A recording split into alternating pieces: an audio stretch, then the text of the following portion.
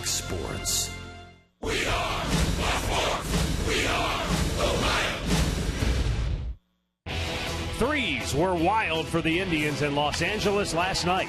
3 first-inning runs put the Indians in front for good. A triple play in the 4th inning kept the Dodgers in check. And 3 Ks with the bases loaded in the 5th ended LA's final threat. Today, the Indians look for 4.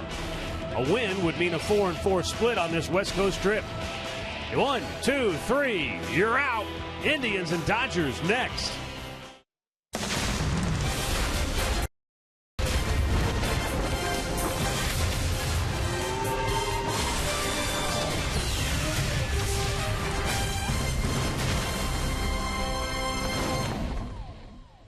One final time from Los Angeles, California, Cleveland Indians baseball. Today, the Tribe and the Dodgers wrap up their 3-game interleague series. Hi again, everyone. I'm Matt Underwood alongside Rick Manning. The Indians bounced back last night with a convincing 10-3 win over L.A. to even the series at a game apiece. Michael Brantley got him going early. I've said this before. I'll say it again. If he's not an all-star, cancel the game. Don't even bother. That's how good I think he's been this year. He's been so consistent, and he's been the best for the Indians, and he got them rolling last night in the 1st inning.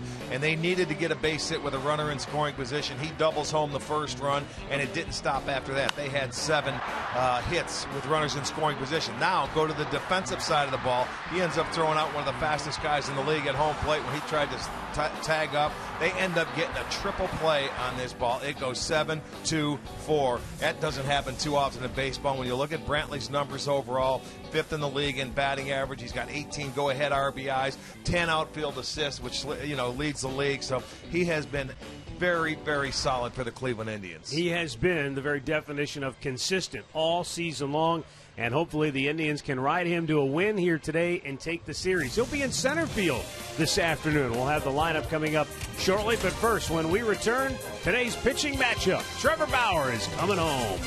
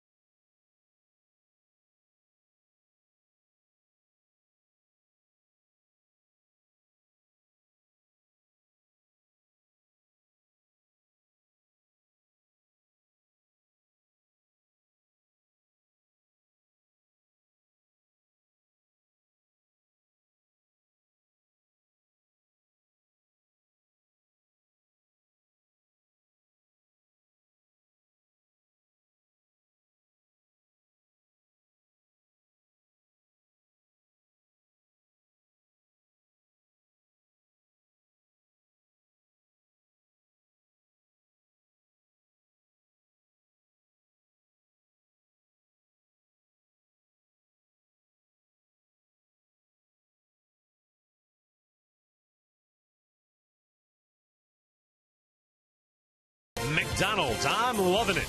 By your local Toyota dealers. Visit buyatoyota.com. Toyota, let's go places. By Panini's, get overstuffed at Panini's Bar and Grill.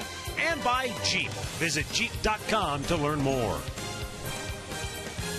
It's going to be sunny and it's going to be warm today here at Dodger Stadium as the Indians and the LA Dodgers wrap up their 3-game series.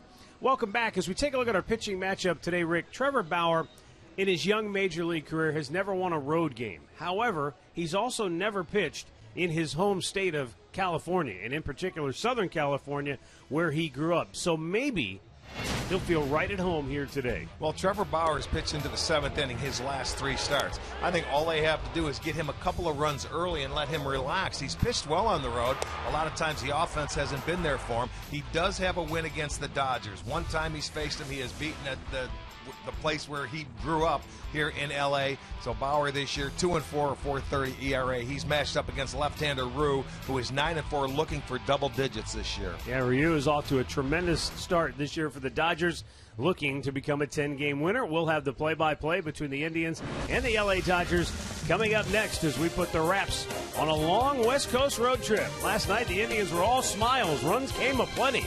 Will that be the same story today? Find out next.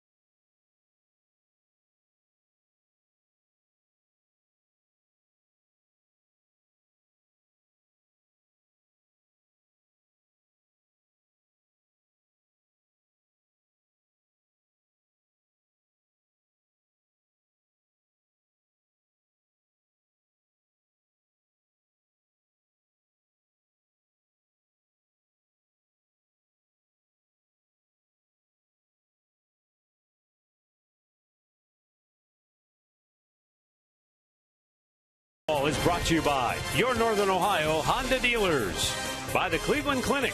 Call today for an appointment today. And by the Northeast Ohio Ford dealers.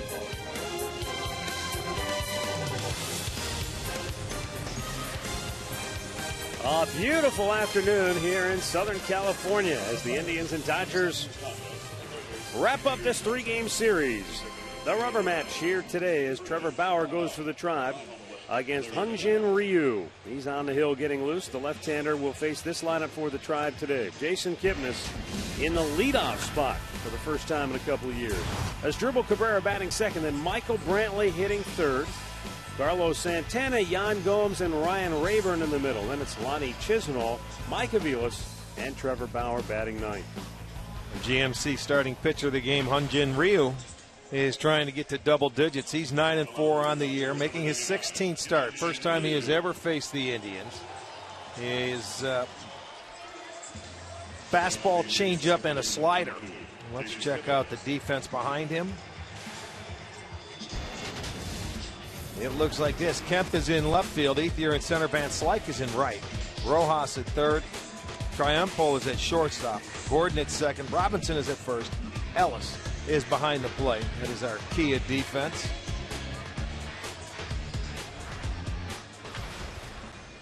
Larry Vanover calling the balls and strikes. He's your crew chief.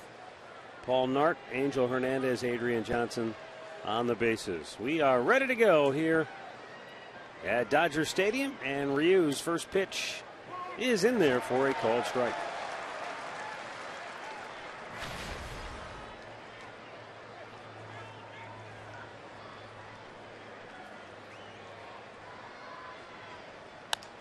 And a smash to third right at Miguel Rojas, who throws out Kipnis for out number one. Our keys to the game are brought to you by Wayside Furniture. For the Indians offensively, keep it going after banging out 10 runs in last night's win over Los Angeles. And for Trevor Bauer, command of all of his pitches. 10 runs on 13 hits last night for the Indians, and only 4 men left on base.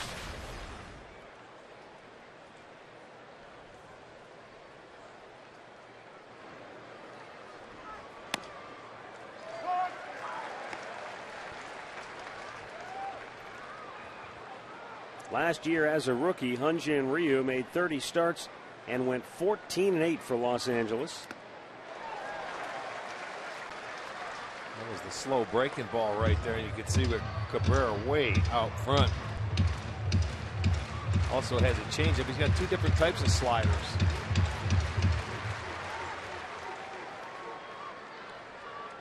And he has only walked 19. And anytime you heard us talk about the starting rotation of the Dodgers, they do not give up very many free passes. 35 games where the starters have walked 2 or less. So they're going to make you hit your way on.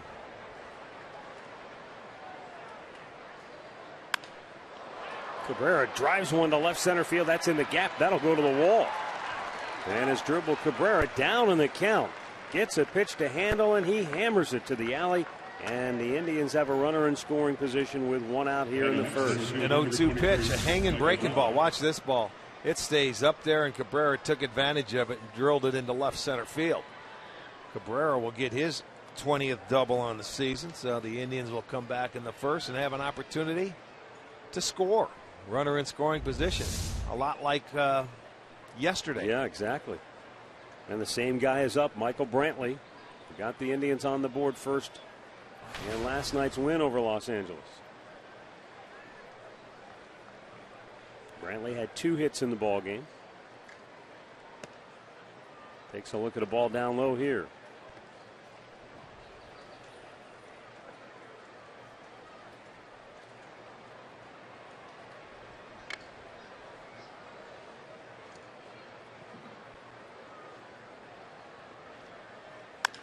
And a hot smash to short. It eats up Triunphal. Coming around third, Cabrera slams on the brakes. He'll stay there. And the Indians have runners at first and third with 1 out here in the opening frame as Triunphal is charged with an error. And that will be his first of the year. He's only playing in his 10th game this season. Ball hit right on the nose, but it was definitely catchable right there. It goes up his arm, and he keeps it around the infield where Cabrera cannot score. When he gets on top of that ball, it'll go as an error. Dodgers had an error in last night's game. They've been fielding the ball very well in their last 35 or 40 games. Now Carlos Santana with a chance to do some damage here in the first inning. And Ryu gets a pitch over the corner for a strike.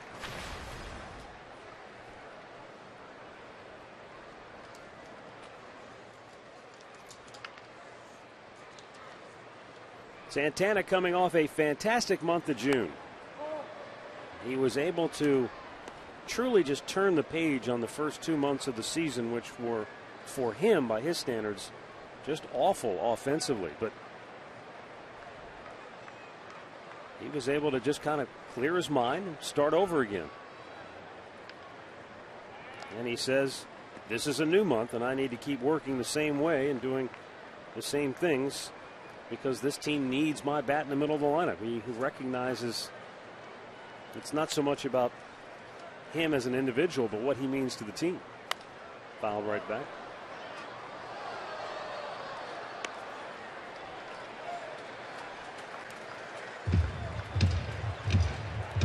Carlos batted .308 in the month of June, but more importantly, he hit half of his home runs this year in that month. Well, he has that type of power when he gets on a roll. Let's see if Rio here goes with that changeup. He's looking for a ground ball, would like to get a double play to get himself out of the inning. There it was, and a swing and a miss. Santana goes down, 2 away. Well, he came right at him, too, when he had the runners. He's trying to pick up his defense. That was a little slider away instead of the changeup, but it was off speed. Next catcher, number 10, Yan Gomes. And Santana comes up empty, so now Rio has a chance to get out of the inning. Yan Gomes will be the batter. Gomes wound up with 2 hits last night, doubling in each of his last 2 at-bats and driving in a run both times.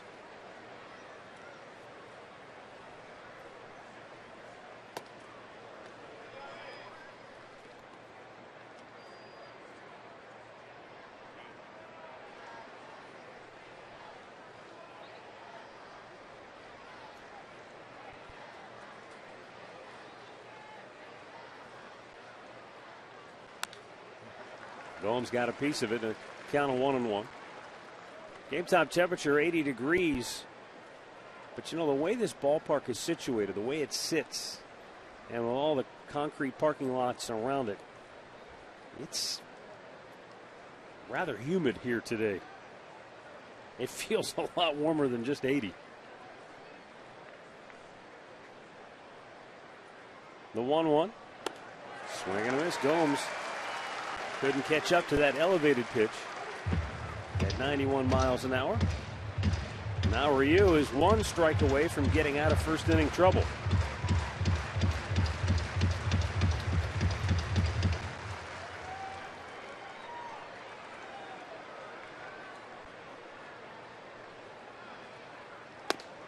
Sailed up high, and that time Gomes able to lay off.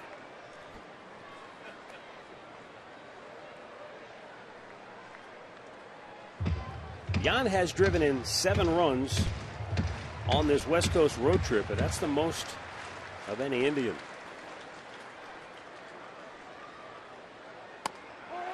And he's rung up to end the inning. Indians strand a pair. And now the Dodgers coming to bat when we come back.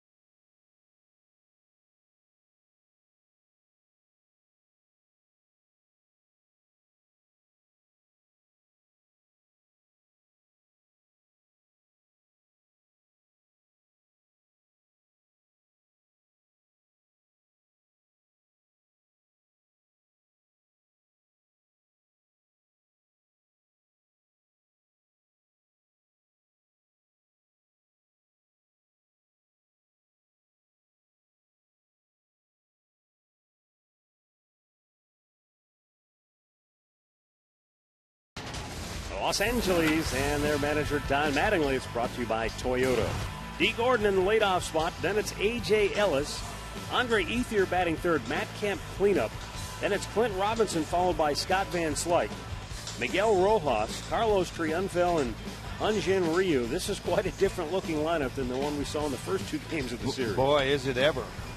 And our GMC starting pitcher will be Trevor Bauer, who is making his 10th start this year. And he got his first major league win against the Dodgers, place where he grew up here, went to school, UCLA. Trevor looking for his first road win. He is 0-3 this year, 0-5. Let's check out the Kia defense. It's going to be Aviles, Brantley, and Rayburn in the outfield. Chisenhall, Cabrera, Kipnis, and Santana on the infield with Gomes catching. The Dodgers sitting Yasiel Puig, Adrian Gonzalez, and Juan Uribe in the series finale.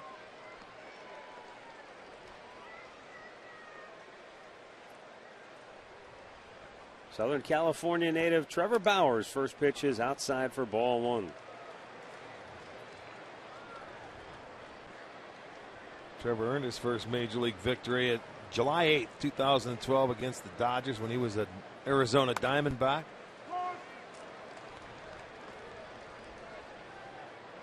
That, of course, was a game in Arizona. This would be the first time that Trevor has had an opportunity to pitch in the big leagues in his hometown. 1-1 to count. 1-2, excuse me. Bauer was born in North Hollywood. Graduated from high school in nearby Santa Clarita. That's a little baseball factory, the high school he went to. It produced also pitcher James Shields, Kevin Millar, and Todd Zeile. That's a lot coming out of one high school. You're not kidding. One hopper to second base. Kipnis hangs with it and throws him out, 1 away. Let's go downstairs to Katie with him. She's got more on Trevor Bauer. And Katie, Mickey Callaway feels like he's been, fighting his mechanics a little bit here lately? Yeah, Trevor has actually told Mickey Callaway that he feels like he's battling mechanics within his landing, so the end part of his delivery. To help fix that, Matt, he's been working on his footwork during his catch game, which when you watch him, it actually looks like he's trying to pick off a runner at second base. But what Mickey Callaway said is even though Trevor Bauer hasn't felt right, it's really impressed him the way in which he's handled it, not only keeping his team in the game, but pitching deep. In fact, he's pitched into the 7th inning in his last 3 straight starts. Well, what have we always said about baseball? It's a game of adjustments. And what we're watching is Trevor Bauer finding a way to compete at the highest level when maybe he doesn't have his A stuff or B stuff. There's a lot to be said for that. You know, sometimes if he could go out and relax a little bit, or they could get him some runs early. He's coming off a start in Seattle where he pitched very well, I thought. 6 1/3, gave up 9 hits, 3 runs. He left trailing 3-1. They ended up getting beat 3-2, but he hangs in there. He is a battler and a worker, and he's only 23 years old. That's the impressive thing. He makes adjustments, and he realizes he's got to work his way through it.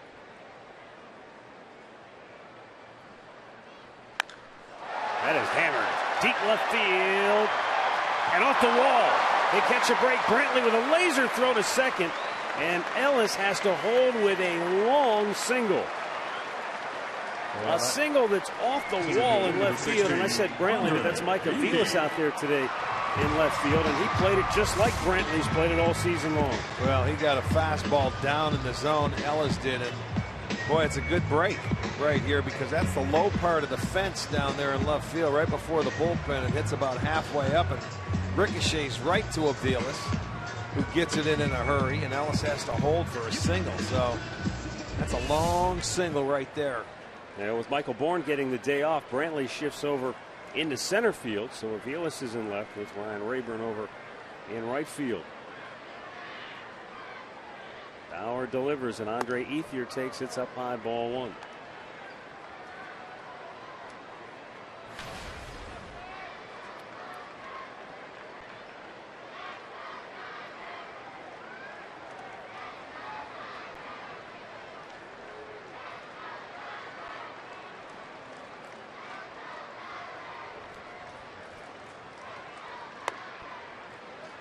When Trevor Bauer was just a junior in high school, UCLA was all over him when he went 12-0 with an ERA of 0.79 and 106 strikeouts.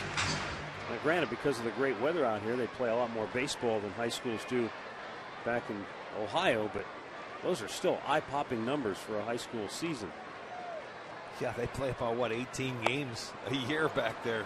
Yeah, if for a lucky, season. And he's got 12 of the wins. Now, then he went to UCLA, Rick, and just blew away the competition. At a high Division I level, he was 38-4 in his 3 years with the Bruins, with a 2.36 earned on average. So you can understand why he was a #1 pick. Absolutely. 3rd pick in the country. 2-1 delivery. Fouled right back.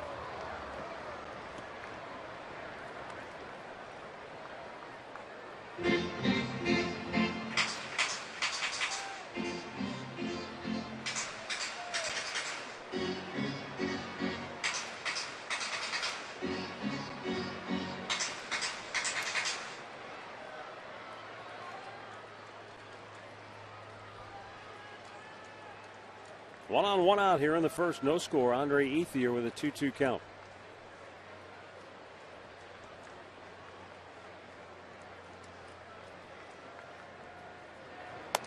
Breaking ball missed outside.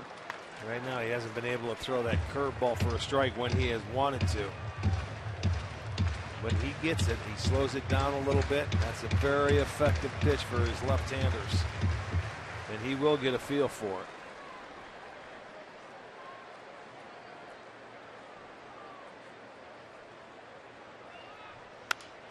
In the air to center field, Michael Brantley makes the catch, and we've got 2 down in the first.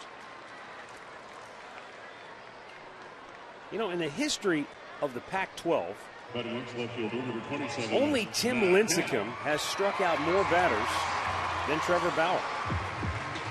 Again, gives you an idea of just the kind of impact he had on the Bruins and how dominant he was at the collegiate level.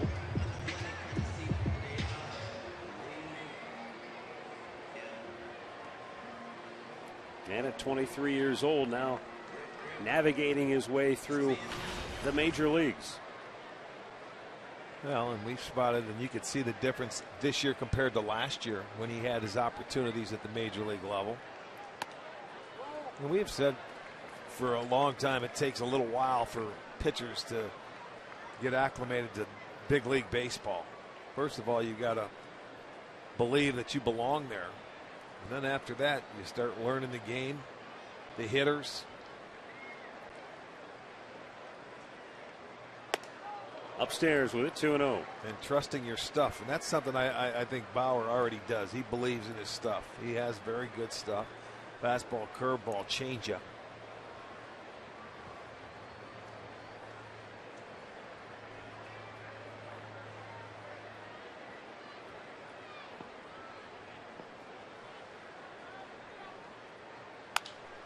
Line to short, picked by Cabrera. He'll go to second for the inning-ending force. So we've played 1 here at Dodger Stadium on this beautiful afternoon. No score in LA.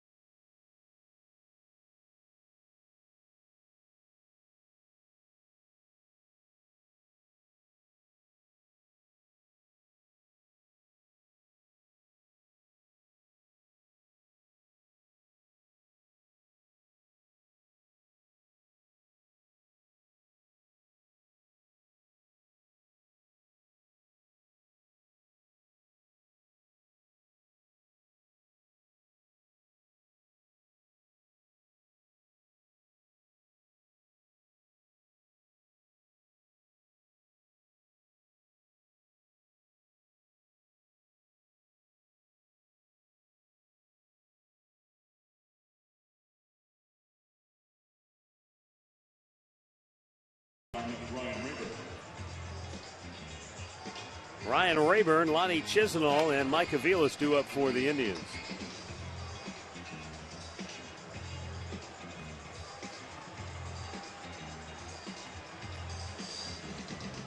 Indians will head home after this game today, and then an off day tomorrow before opening up a 10-game homestand that will take us into the All-Star break.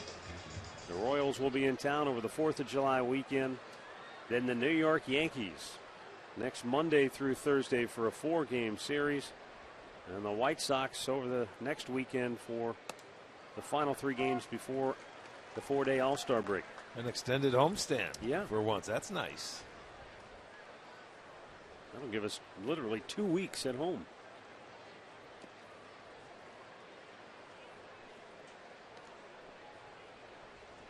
Ryan Rayburn trying to get it going offensively. Just one at bat in the series. He made that spectacular catch in Seattle in right field. In Tomlin's start. And on the play, it was in Josh Tomlin's one-hit shot. On the play, the way he awkwardly hit the ground, he said he suffered essentially some whiplash.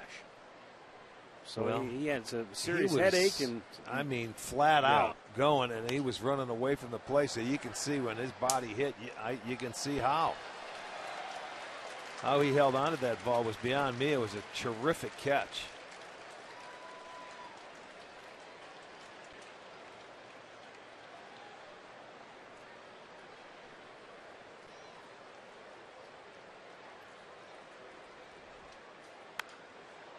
In the right field. And Scott Van Slyke has that for out number 1. Let's go down to Katie. Katie, what else do you have on Ryan Rayburn's status? Well, afterwards, reporters asked Terry Francona, was that type of a catch worth it? He replied, it's always worth it. Kind of compared it to a slam dunk in basketball. Even though it counts the same, it always means more. And Rick, I got to imagine when you were out in the outfield, a play like that kind of fires you up. Well, it fired up Tomlin, and the thing about it was a leadoff hitter that he stole the hit from. You know, it could have been a double, possible triple, and that was the one-hit gem that Tomlin threw. So when you're on the road and you can make a play like that defensively, it picks up everybody. There's a line drive by Lonnie Chisenhall in the left field, and a one-out single here in the second inning for Chisenhall, who's really close now. He's a couple of at-bats away, I think, from actually being able to qualify for the league leaders in batting average. Well, he continues to hit left-handers, too. He's done a remarkable job this year. Getting that opportunity and running with it.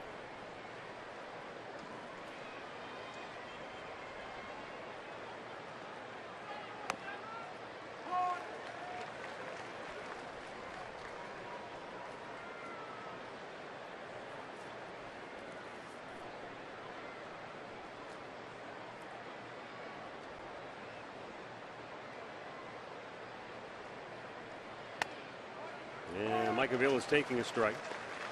Well, we can see that Ryu is not afraid to pitch inside, especially to the right-handers. That's a pitch that will be very effective for him with his changeup. He was able to get Yan Gomes looking in there. Right back to Ryu. Nice goes to play. second for 1. And then the ball was dropped on the transfer by Triunfo.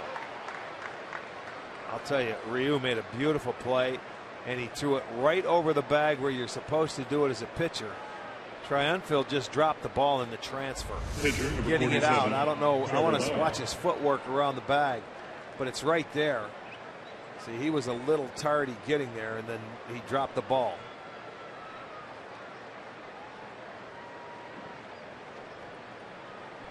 So they do get the lead runner.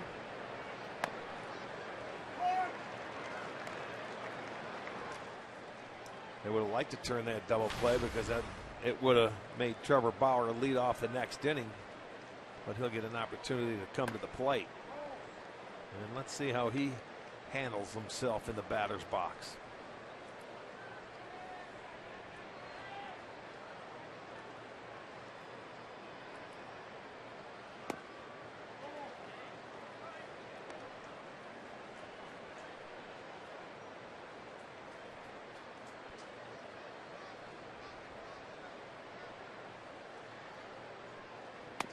Outside corner. I mean, that's a perfect pitch against any hitter.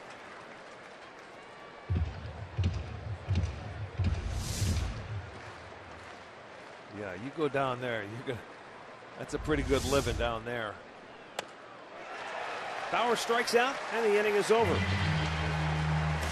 Ryu gets his third strikeout, and we are scoreless middle of the second.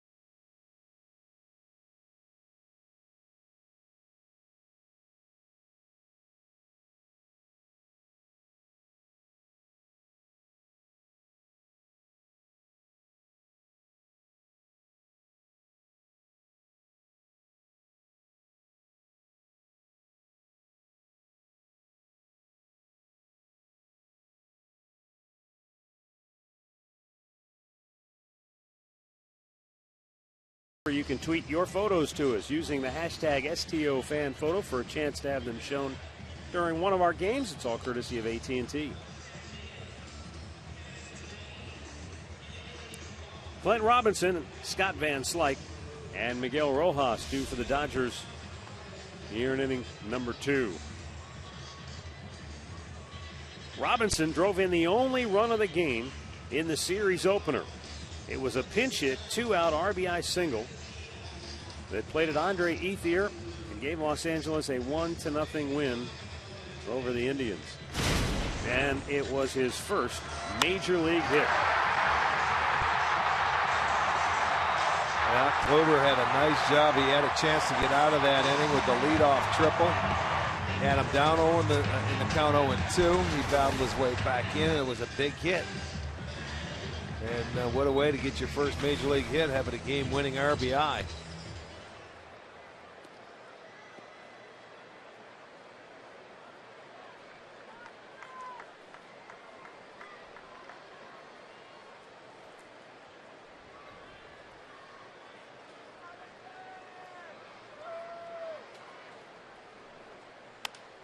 Swings at the first pitch here, pops it into right field. Out goes Kipnis. He's calling for it, and he's got it one away. The injury report is brought to you by the attorneys at Elk & Elk. And for the Minnesota Twins, Joe Mauer once again goes down on the DL. This time it's a right oblique injury that occurred while he was sliding into a base. Jason Giambi has accompanied the team on this trip to the West Coast as he tries to get his way back off the disabled list.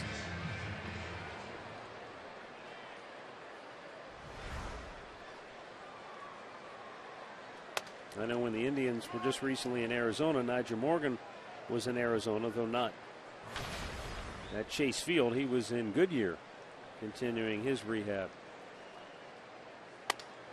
Scott Van Slyke straightened up.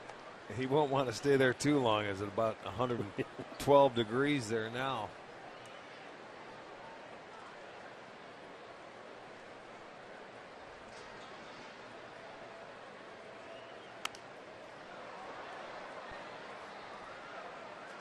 Scott Van Slyke, the son of former Pittsburgh Pirates outfielder Andy Van Slyke. Andy Van Slyke, of course, came up with St. Louis, but spent his best years with the Pirates.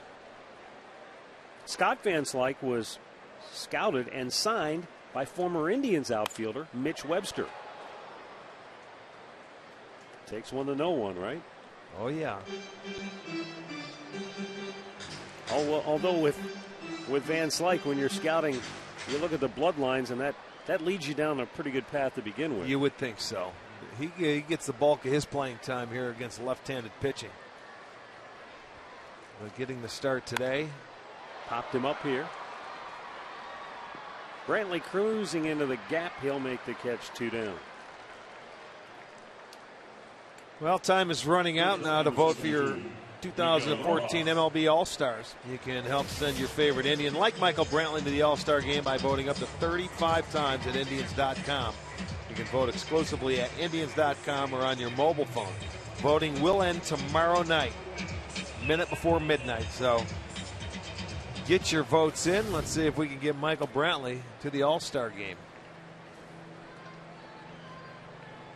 Somebody better get him there. Oh, I think he'll get there. I think he's done a pretty good job getting himself there.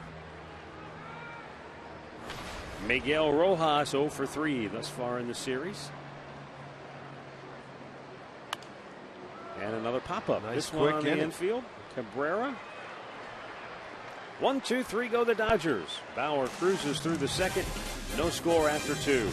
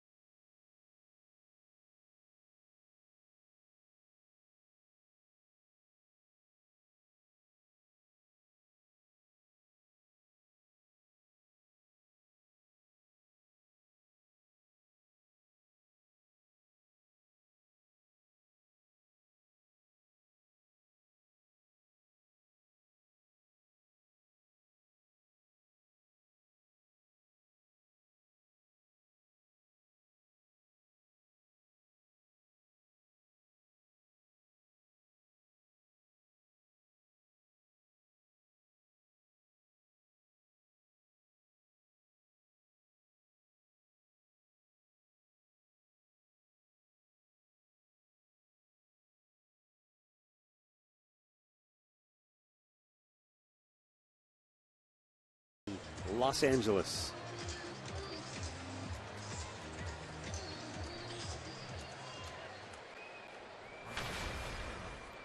Jason Kipnis will lead off. He grounded out his first time up.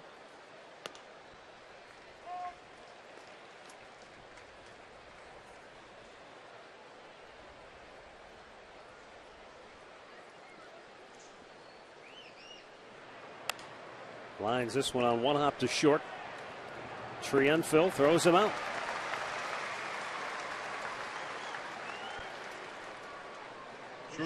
Here's our great clip of the game from last night. Can't see this enough. Michael Brantley makes the catch. There's one out. Throws home. There's 2 outs. And Yasiel Puig, where are you going? That's the 3rd out, although it would take a video replay review for 2 plays. And that one at second base and then the play at home plate. That has to be a first. We haven't had any confirmation on that, but I don't think we've seen anything like that yet. Yeah, I don't think so. That was unusual. just in the way the triple play played out itself, and then to have the added nuance of a replay challenge to get the third out, and then a replay challenge. Say, no, wait a minute, we don't think the second out should have counted. Right. That was pretty, and the umpires had to converge, and they had to talk about it to see if they thought it was okay for Mattingly to go ahead and challenge a play at home plate. Cabrera strikes out, and that's 4 Ks for Ryu. Let's go down once again to Katie. Well, Matt, that triple play was Michael Brantley's 10th outfield assist on the season, tying him for most in the majors. Afterwards, he told me exactly how that play transpired in our Here Right Audiology Sounds of the Game. I didn't see the throw home. I had no clue where I threw the ball. I threw it, and I knew it was on line, but I kind of did a little tumble. And all I saw was Jan throw out Puig at second, so I was like, hey, he's out. I know that part. And then I was asking the guys, I don't know what happened at home, but they said I had him at home too, so it was fun. Well, he is very accurate with his arm. And to become part of a triple play, it doesn't happen often when you go 7-2-4 on a triple play.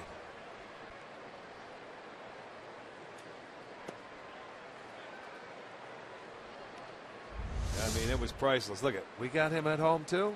1, 2, that's 3. I can go in.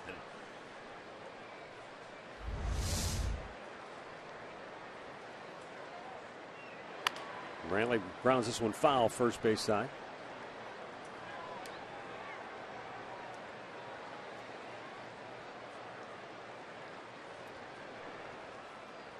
Now Michael Brantley, I mean, look at that. He's just starting out. He's already on the list. Yeah. Well, when you're getting about 15 a year. You know, that's the other thing about Albert Bell. He never got enough credit for the fact that he was a good outfielder. Not a great outfielder, but he took pride in it. He wasn't just a guy that, you know, was all offense. Well, he was out there, I give him every day. He got out there and got after it every single day.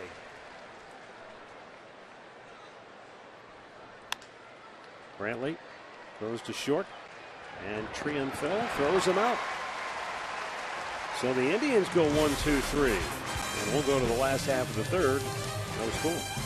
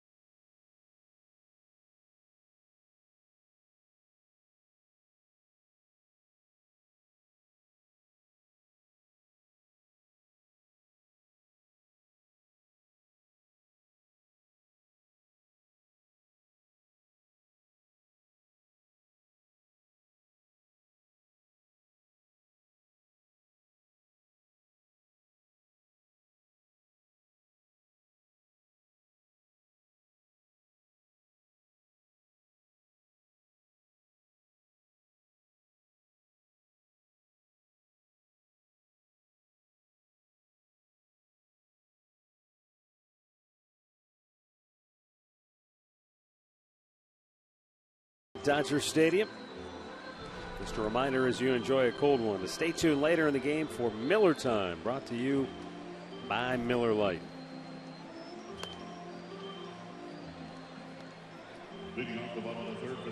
Trevor Bauer has yielded 2 hits thus far. He has struck out 4. Has not walked a batter. Nope. Flip the card. He hasn't given up 1 hit.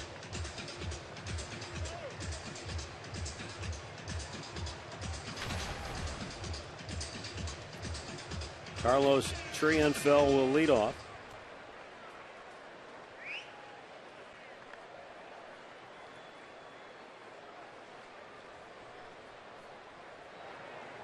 Dodgers shortstop has gone 0 for 2 so far in the series. And Trevor Bauer with a fastball in there for strike one.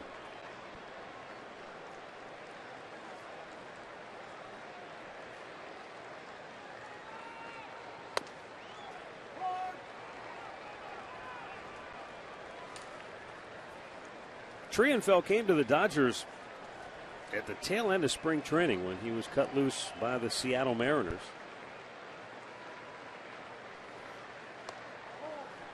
Ooh, just missed with that slow curveball. Thought he had him rung up, did not get the call.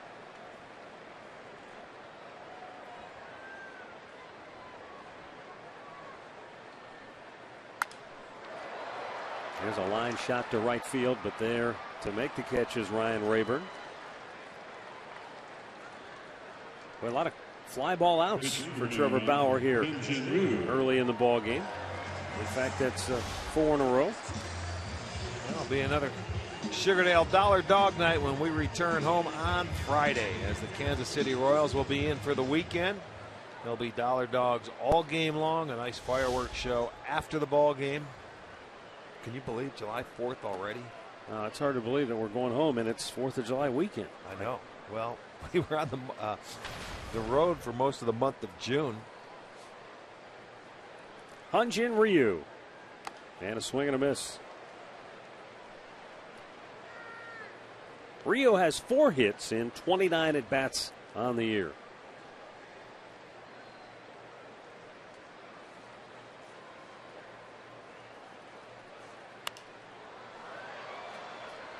And at 6'2" and 254 pounds.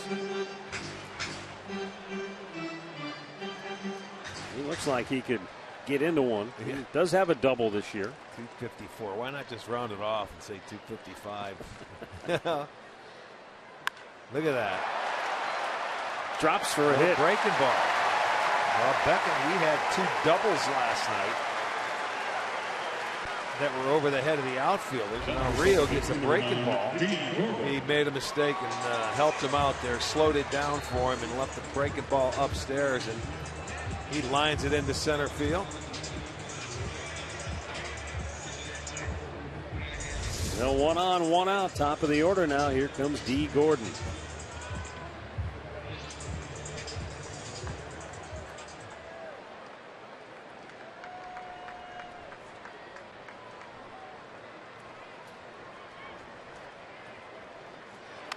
Gordon fouling one back. It was letter high.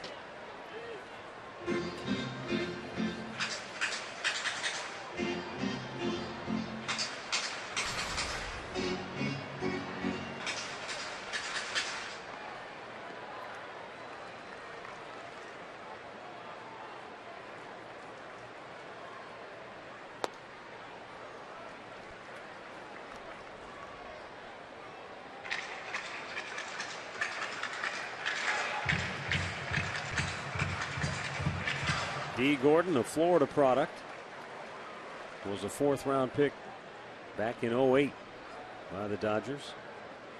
Made his major league debut 3 years later.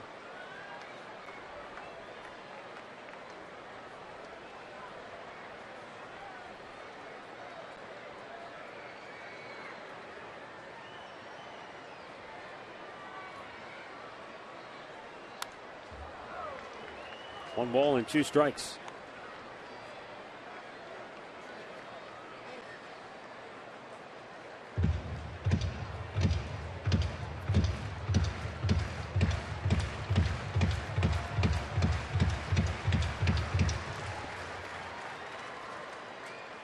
Doesn't seem like it was all that long ago his dad was closing out games. Flash Gordon.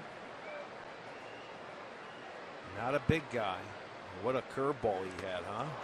Speaking Gordon, of curveballs. I was just going to say, Gordon went chasing after one.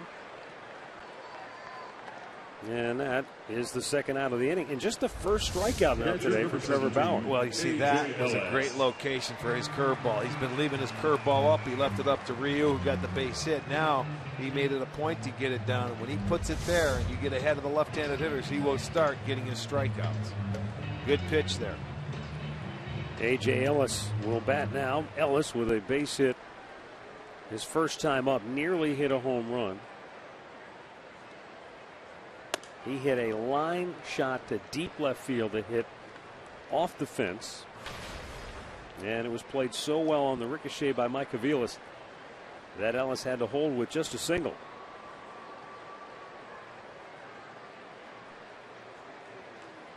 Well, he picked on a low fastball. There, he's getting a feel for the breaking ball now. Another good retiring Gordon helped out. Instead of a force play, getting the guy at second, you keep the pitcher out on the base and you retire the speedster. Exactly. Let him go get some shade. Make him stay on his feet a little longer. Ellis, did he go after it? It was close. No, says Angel. Is that Angel? No, that's Paul Nart down at first base. Thought maybe they switched positions. Well, they did on opening night here.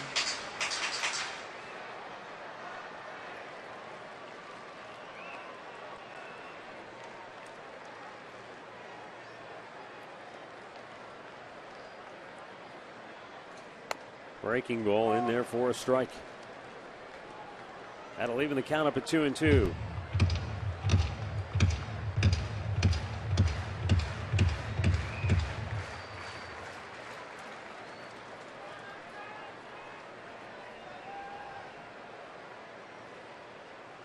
Bauer delivers, and it's high and tight. Full count.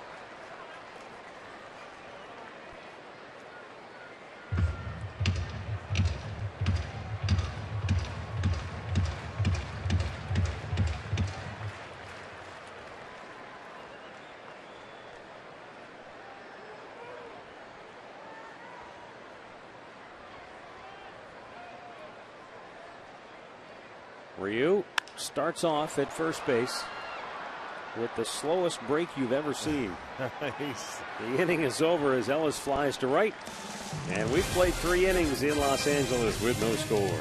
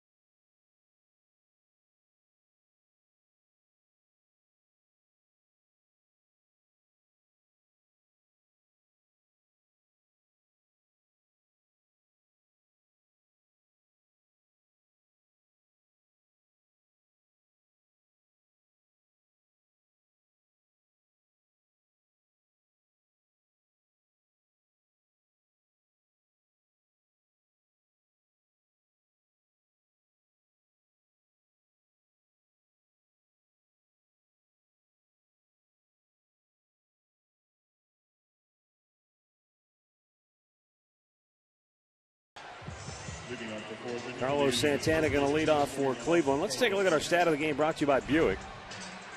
Indians offense last night piling up 10 runs on 13 hits. In their previous 5 games, they had only scored a total of 13 runs on 26 hits. So I like the 7 hits with runners in scoring position. Yeah. That was the nice number. 5 for their first 7. They came out of the gates and really landed a haymaker to LA, and then they were able to keep adding on, and that was obviously of the utmost importance because the Dodgers had a little run in them, and then the Dodgers could have made it interesting, but the Indians pitchers made clutch pitches when they had to, as the Dodgers went 0 for 6 with the bases loaded. 3 different times, 3 different innings. LA had bases loaded scenarios but never cashed in. They certainly had opportunities to get right back in the game and didn't do it. Ryu with a curveball for a strike. Tell you what, he's just pounding the strike zone, isn't he? 43 pitches, 34 strikes. Well, and that curveball is just so slow.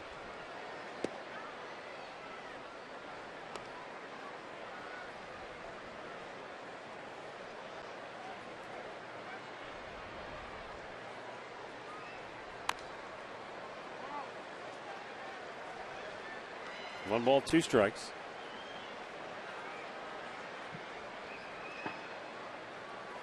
Well, he was able to get Santana when Santana had opportunity in the first and third, and only 1 out. He struck him out. I thought it was interesting, some of the things that I read about Ryu. I don't know if it's because of the body type or because of the way he pitches, but a lot of people said that he reminded them of David Wells. As that ball is hit in the air, center field, Ethier makes the catch on the warning track for out number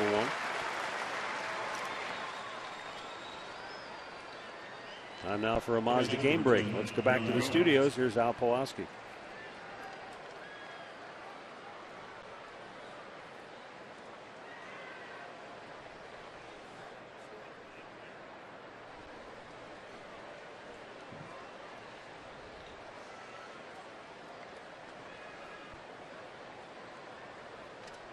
Well, they have been able to come back and end that month-long slump. Yan Gomes with a base hit to right field over near the line to cut it off as Van Slyke. And Gomes has a 1-out single here in the 4th inning. That's the Indians' 3rd hit here today. Right fielder, number 9, Ryan Rager. Pretty good approach there. That was the fastball away, and Gomes just shooting him that way. I like that. Good swing. Hit number 3 for the Indians.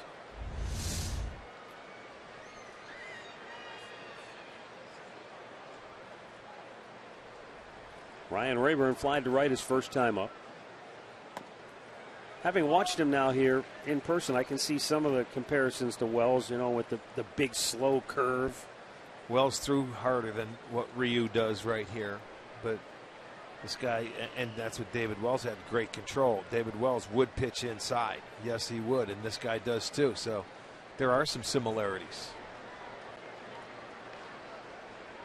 Yeah, usually with David Wells, if you were going to beat him, you had to beat him. He very rarely beat himself by walking people or pitching from behind.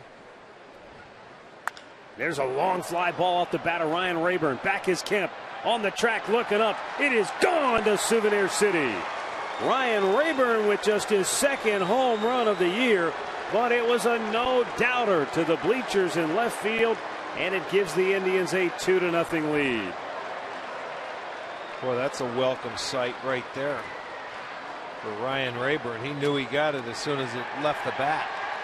He picked down, I believe it was a fastball, and he didn't miss this one. He finally got it. He didn't foul it off. There it was. It was right down Broadway. He puts it into the seats, so the Indians take a 2-0 lead. Rayburn 2nd. And Ryan Rayburn, his first home run of the year came on May the 22nd in Baltimore off Wei-In Chen. So both of his home runs off left-handers. It's only the 7th home run given up by Rue.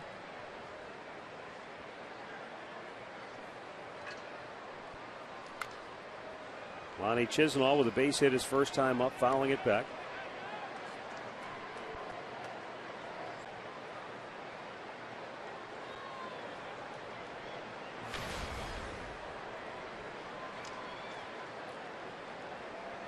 Ryu with the 0-2, and it's knocked out of play.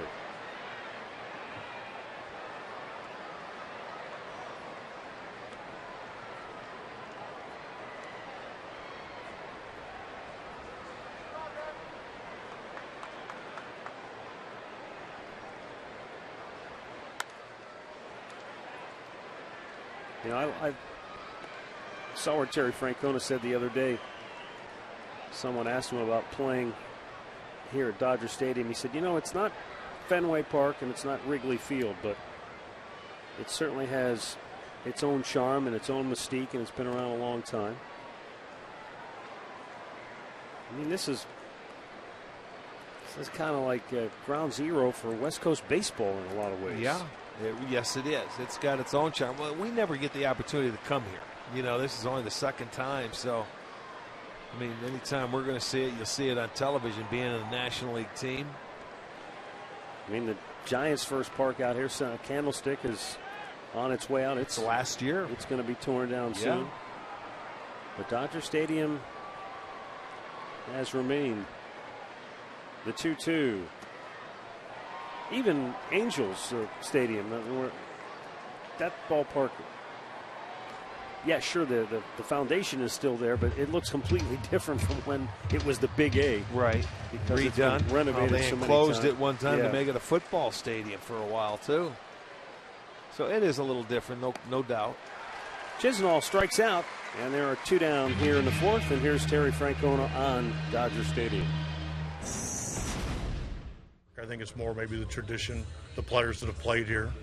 I went over and into their weight room today, and, you know, you come back and down the hallways, those pictures of Koufax, Drysdale, and it's a long hallway, a lot of players. So I think that's what makes this place pretty special. Yeah, they've had tremendous players over the years. Loop to right field, out goes Gordon, and he can't quite make the play. I thought Van Slyke would call him off at some point, but he never did. He got no help from Van Slyke. That's a tough play in the sunshine as an infielder to go out. I'm not sure how deep. Let's see, Van Slyke coming in. Well, that's a job where the infielder goes out until he hears the outfielder. Now, if Van Slyke gave up because he thought that Gordon was going to catch it, you would like to try and, you know, call him off if you can. Out there, that's just maybe one of those tweener plays. And it might be one of those plays, too, when you're not playing every day. Right. Van Slyke doesn't maybe have the feel. That's what I'm thinking, Matt. He's not out there every day. Nice play by the ball boy coming down the line. He got a good jump on it. He would have called him off. Javier. He was coming in. Look at, he got out of that seat. Good first step jump right there on that ball. Look, he's even talking smack now. Yeah, he's going over to the other ball boy saying, you got no shot, buddy. Bauer shoots one over toward the Tribe dugout. Trying to keep the inning alive with 2 down after Ryan Rayburn staked him to a 2-0 lead with a home run here in this 4th inning.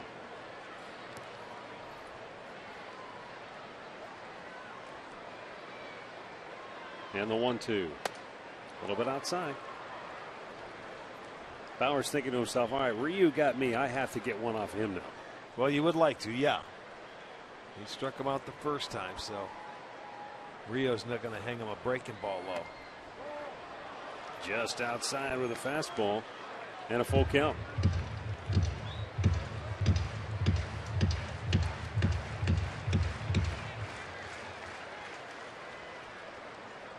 Ryu asking for time to relace the shoe.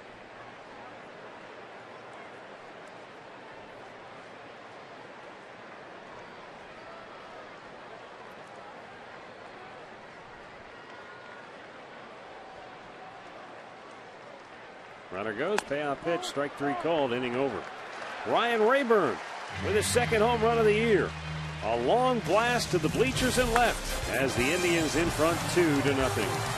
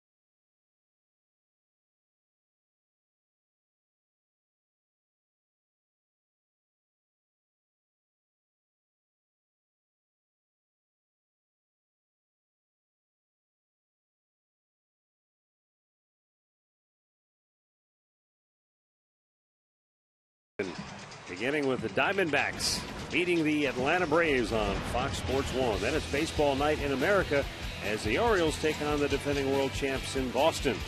MLB doubleheader action begins Saturday at 3:30 Eastern on FS1 and continues at 7 only on Fox. You know, last inning we heard from Terry Francona on what makes Dodger Stadium special. And, you know, he talked about the pictures. It's the people that create the memories. And, you know, when you think of Dodger Stadium and when you think of the Dodgers, it's hard to not think of Tommy Lasorda, who was a manager here for just over 20 years, from 1976 through the 1996 campaign. And he's here today signing autographs. And every half inning, when the inning comes to an end, he's up out of his seat, meeting and greeting with fans, taking pictures, signing autographs. Talked about it the other night. He bleeds Dodger blue, but he was also, as much as he's been a character, he was a heck of a manager, too. Well, yes, he was. You're right. He has had some very good players coming through this system.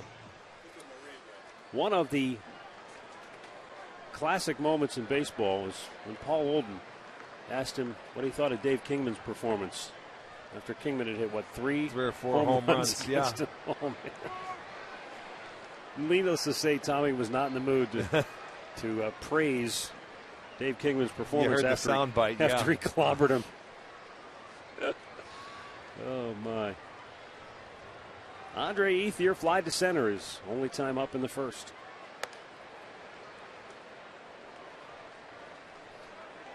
He was one of the first guys, too. I remember it was Mike during a World Series. And I want to say it was that World Series against the Yankees, 77, 78? 77. No, 76 was Cincinnati. So, yeah, 77, 78. And they had a Mike, and just the conversations he would have with the umpires or when he would go out to the pitcher's mound. Those are things that, as a fan back then, we're talking 40 years ago, we never were privileged to. We never got to hear that kind of stuff. So that was great insight into what goes on in those conversations on the field. Well, that, and I remember hearing like Sparky Anderson, too, with the Cincinnati Reds. That was a nice rivalry, Cincinnati and Los Angeles. And Andre Ethier is out admiring that breaking ball from Trevor Bauer, and that's his second strikeout here today. One down. Check it out on our Nissan pitch track. Right? He's starting to get that curveball working, and once he does, that will be very effective against the left-handed hitters. So he gets his second strikeout, and this is a big inning right here for Trevor Bauer. He needs to put zeros on the board, get his team right back in there. Let him try and score again. Matt Kemp bounced into a fielder's choice back in the first inning. He's gone 1 for 9 in the series. Struck out 3 times last night.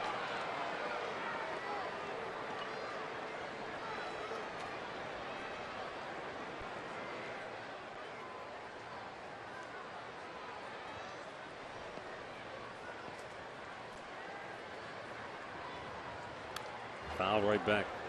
You were talking about Sparky Anderson. Was it Ron Luciano? Who was the umpire that refused? He would never call him Sparky. He would always call him George. Because he said, I refuse to call a grown man Sparky.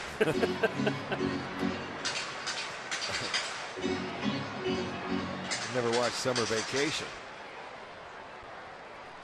Sparky. Summer Rental. Chevy Chase, who was it? Sparky? That was his. I'm flicked down the right side.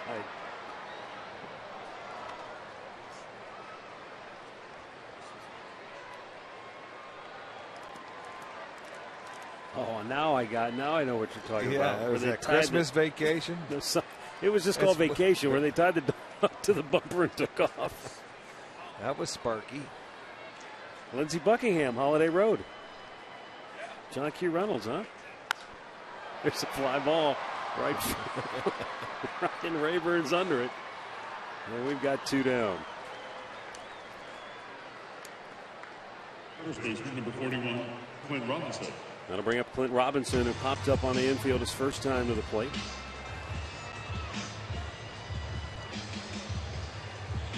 Trevor Bauer in his return to his hometown, pitching quite a ball game. He's given up just 2 singles.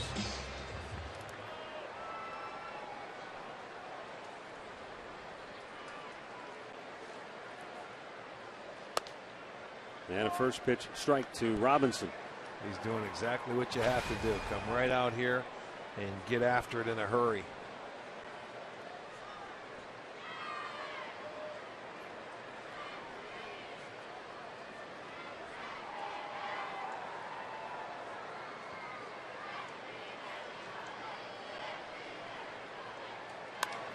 Out of play.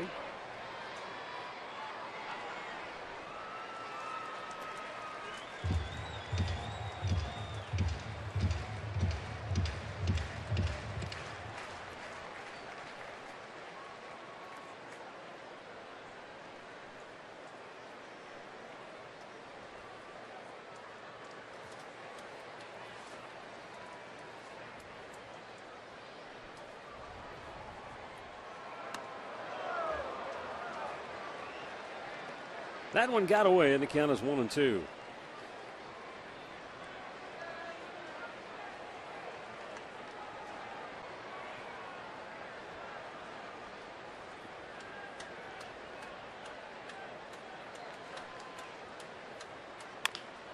Pulled on the ground to first. Santana backhands it. Long flip. Bauer's there. And the Dodgers go 1-2-3. Terrific job by Trevor Bauer as he shuts down the Dodgers, and the Indians lead it 2-0.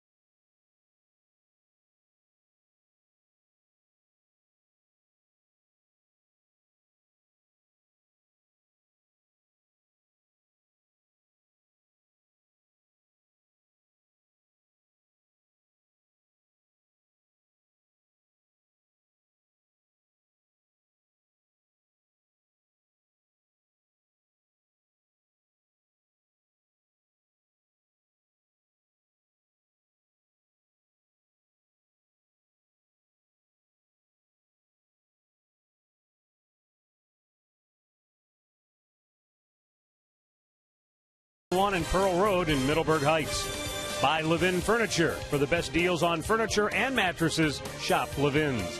And by Kia. Visit mykiacleveland.com to learn more.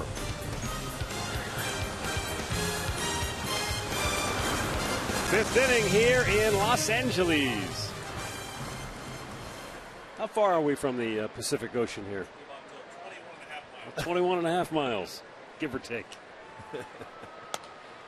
A little bit outside. 1-1 to count on Jason Kipnis. What a day for cotton candy. Almost hit him inside. Kipnis batting in the leadoff spot for the first time since August of 2012.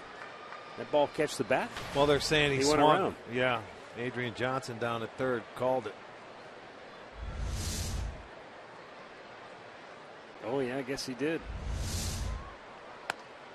Close, just maybe a ball or so off the plate. And it's 2-2.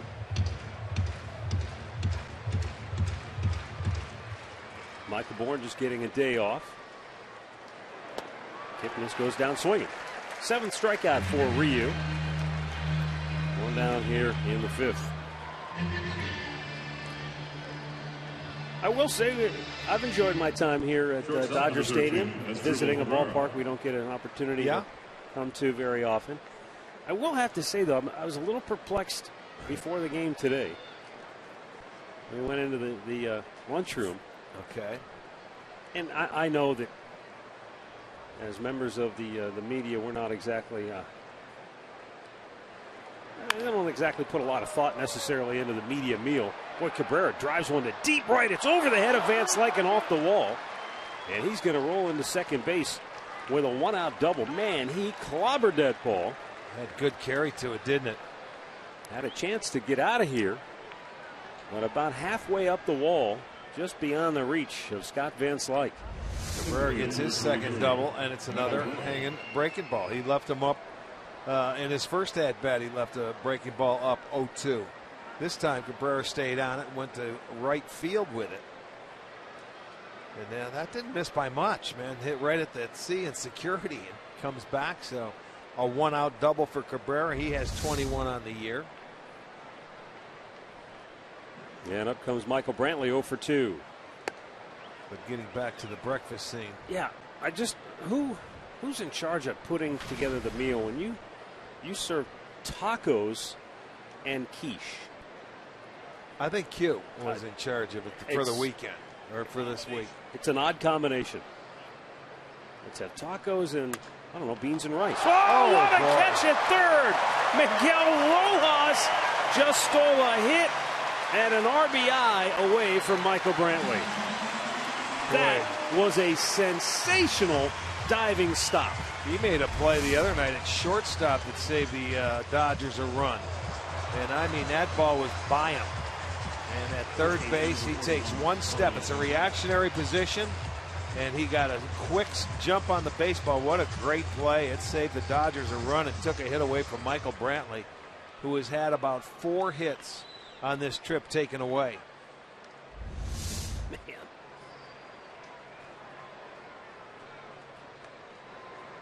And now Carlos Santana, who has struck out fly to center and swing and a miss.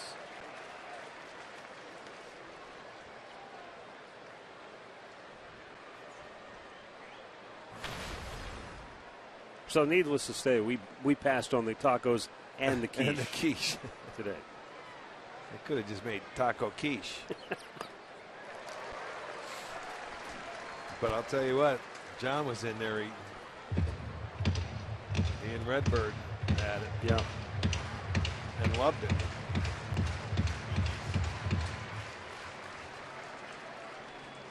You could put shredded newspaper in front of JR and he's going to eat it if it's feeding time.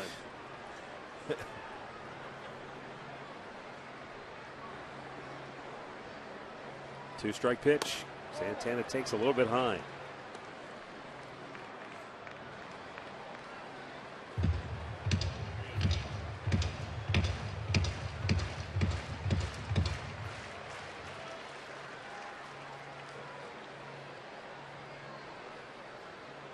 Upstairs, the count evens, 2 balls and 2 strikes.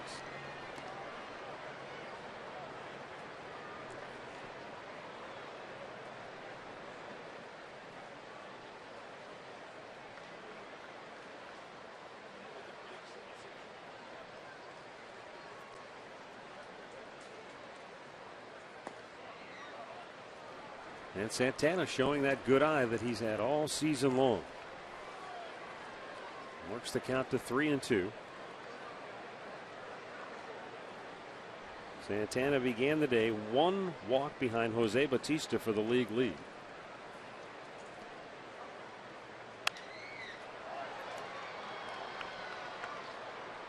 He has 58 walks this year.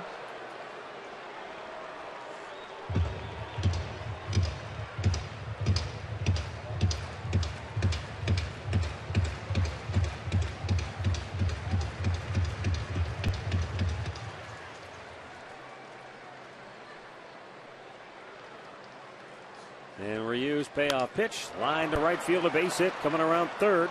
Cabrera is going to be waved home. Van Slyke's throw to the plate is in time.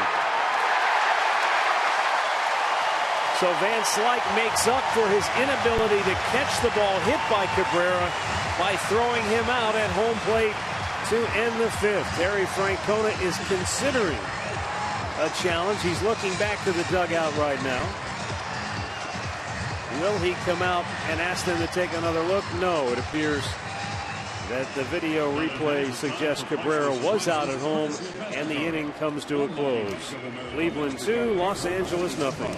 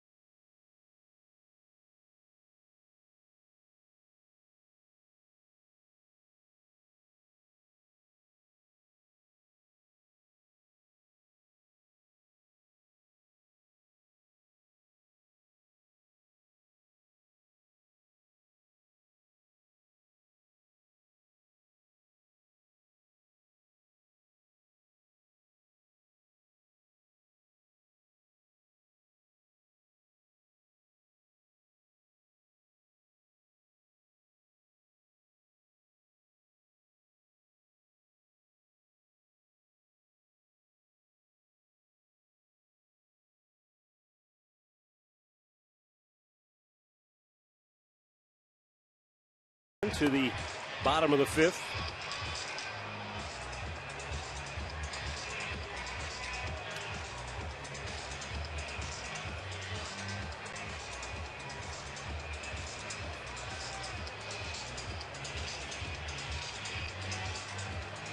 For Los Angeles, Scott Van Slyke, Miguel Rojas, and Carlos Triunfel will bat in this bottom half of inning number 5. Well, they had a couple of defensive plays in that inning that saved them some runs. We'll see if that gives them a little boost offensively, but a couple of really good plays last inning. Van Slyke lifts one in the air to center field. Michael Brantley still backpedaling onto the warning track for out number 1. In-game recap brought to you by your Toyota dealers. Ryan Rayburn with a 2-run homer in the 4th. The only runs of the ball game thus far, and Trevor Bauer has made it stand up. Just 2 hits allowed. He has struck out a couple, has not walked a batter, and he is now set down 6 in a row.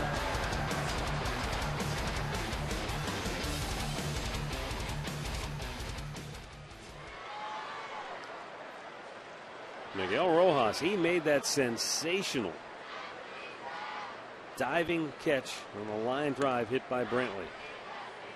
So that saved a run. Right. And then the throw by Van Slyke to home plate saved at least another run. Right. This guy looks like he's a good defender, because in that game 1 of the series, he was starting at shortstop. And you remember, that was the only hit they had. He took Michael Bourne through the first base. They called Bourne out. They had to go to the replay and get it overturned, but it saved a run in turn is what it did.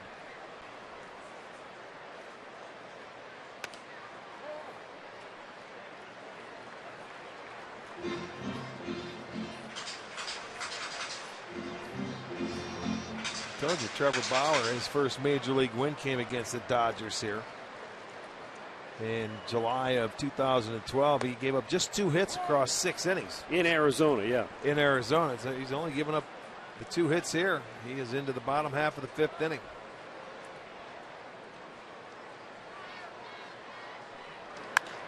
Smash to center, a base hit. Rojas aboard with 1 out in the 5th inning now. Shortstop number 45, Carlos Triunfel. Picked on a little low fastball right here for Bauer and lined it into center field. So the 3rd single he has given up. Carlos Triunfel applied to right. His only time up in the 3rd inning.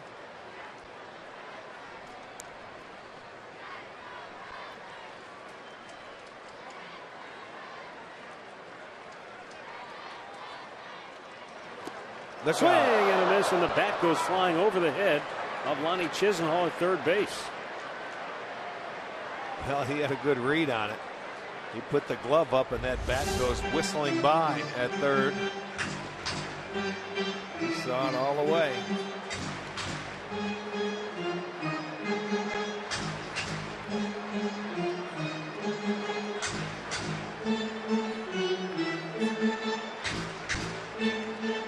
Extra pine tar for Triunfo as he goes back to the plate here.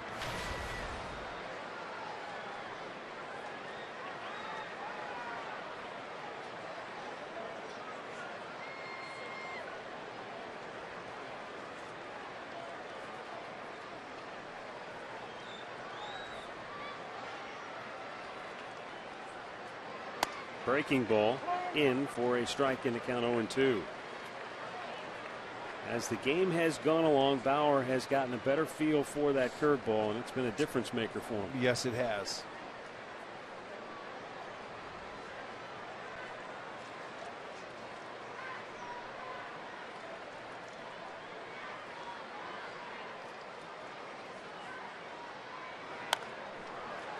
That's a foul ball at the third base side. You know, sometimes we look at the schedule and we think, well, it's a weird road trip. How about the Dodgers? After today's game, they're going to go to Colorado for 4. Then they'll fly to Detroit for a 2-game series against the Tigers. And then come right back home. The old Colorado-Detroit swing. Yeah, and that's interleague play, so you figured you'd play more than 2 games, but we did the same thing in Arizona.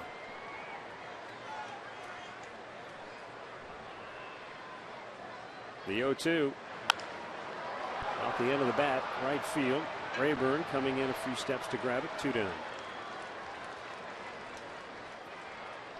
Time now for another Mazda game break. Here's Al. Number 99, Hyun-Jin Ryu.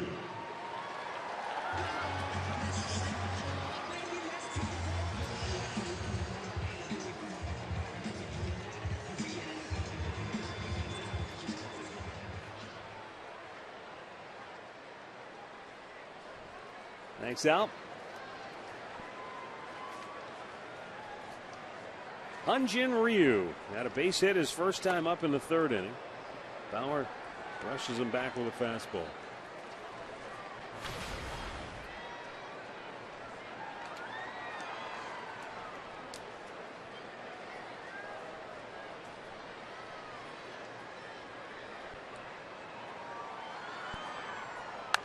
Ripped to third, fair ball down the left field line. Rojas around third, going to be waved home. And the throw not in time. Ryu helps his own cause with an RBI double. It comes with 2 outs here in the 5th inning.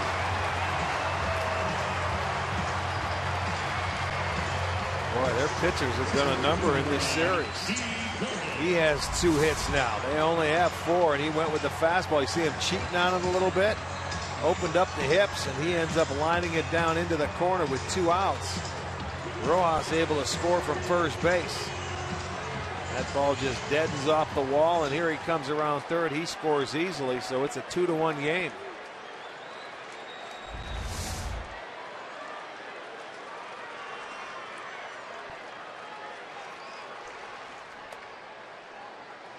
D. Gordon 0 for 2 on the day. Takes ball 1.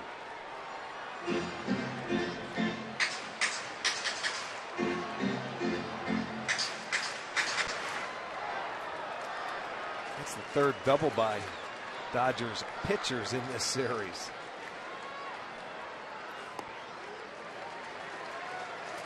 Yan Gomes going to go out for a quick chat.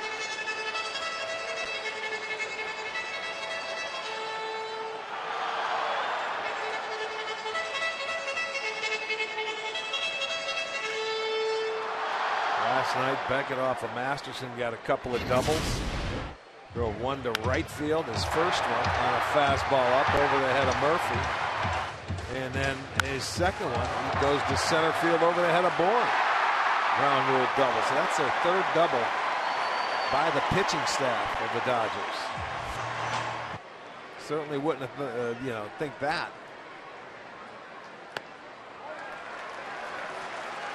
And it's ball 3 to Gordon. Right-handed hitting A.J. Ellis waits on deck.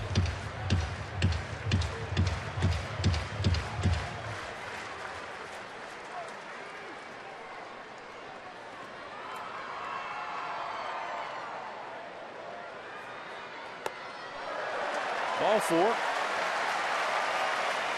2 on, 2 out. And here's going to, looks like Mickey Callaway going to make his way out for the first time today. Catcher number 17. Yeah, had a chance to get out of this inning with him. The pitcher gets a hit, and then he walks the leadoff man. So time for Mickey to slow him down a little bit. He was in total control of this ball game. The double off the bat of Ryu. He cheated a little bit, opened up the hips, and got a fastball down and in. Down into the corner. So an extra base hit gets him going. A 2-out base hit at that. That's all coming off those 2 defensive plays that they made in the top half of the inning to save themselves a couple of runs. How about 1/3 of the Dodgers pitchers' extra base hits have come in this series? Yeah. 3 of their 9 extra base knocks now in the last 2 days. Now Bauer's still got a chance to get out of this and keep his team in the lead. A.J. Ellis 1 for 2 on the day at the plate.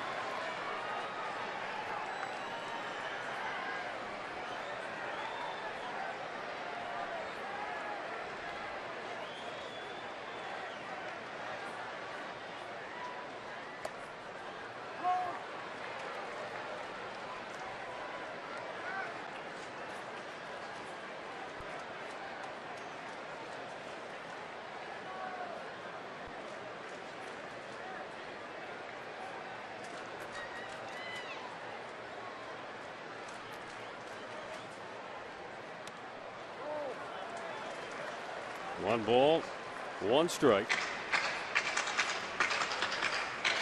2 on and 2 out.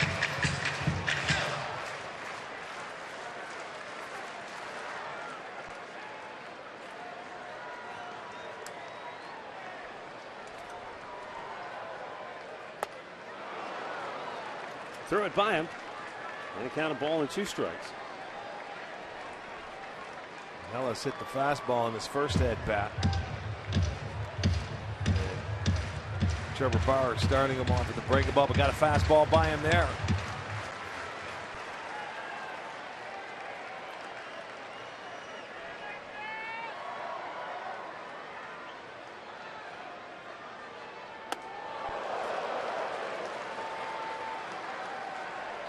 Back to even at 2-2.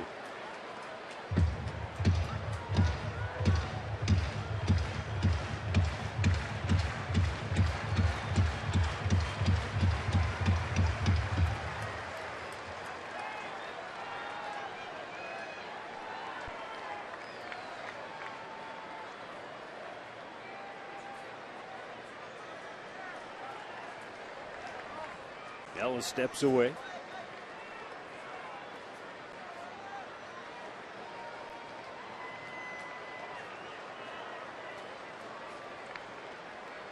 Bauer laboring here in this inning and wants to make sure he and Gomes are on the same page. Well, he had the bottom part of the lineup here in this inning, so that's when you felt like this would be a good one to get through, but with 2 outs, the pitcher gets him and then the control started. And the tying run in scoring position, so he's got to come back and make a pitch right here, so he comes with a 2-2 curveball.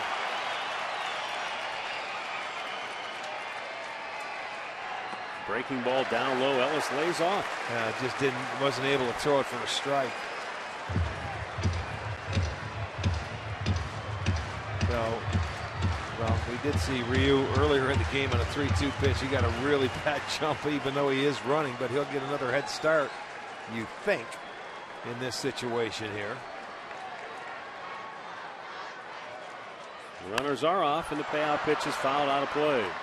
He's in no hurry, is he? No. He's not in a hurry to get a jump. He figures he's going to score. Again, it's a situation where if Ellis were to find a gap, Gordon might catch him. Oh, yeah.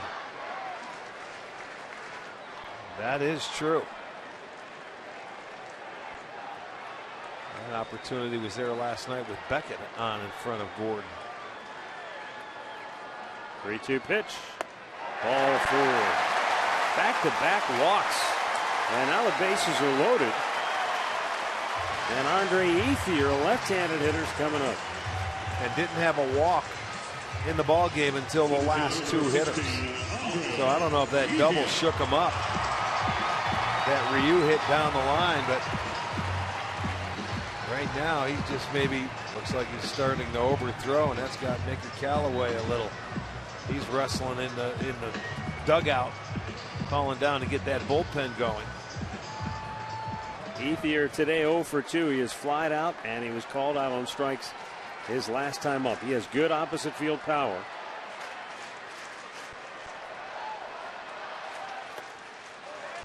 And it's high, ball 1.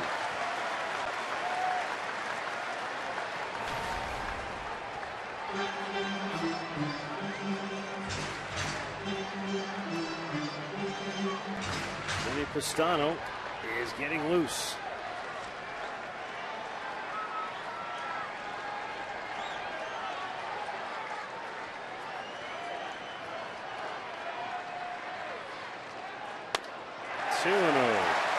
Everything upstairs now. He's just, I don't know if it's overthrown or what, man, but everything is upstairs, and then he's trying that breaking ball and everything's bouncing.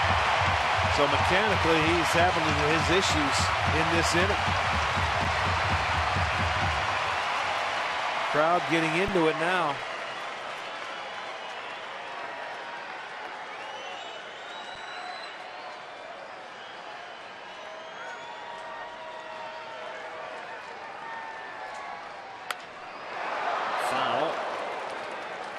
Almost took off Davey Lopes. First base coach had to get out of the way, and it's 2-1 now.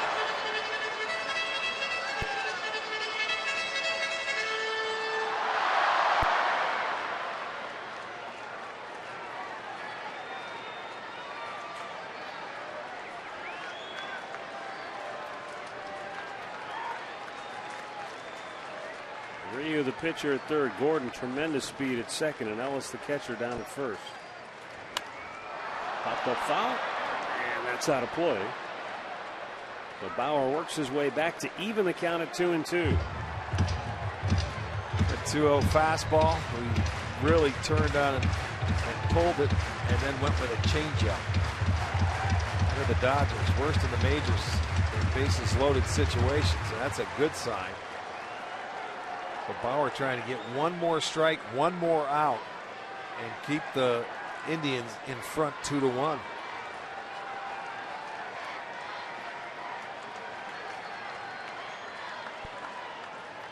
His 2-2 pitch now to Ethier. Drilled to center, a base hit. Dodgers tie the game with Ryu. Gordon will give them the lead.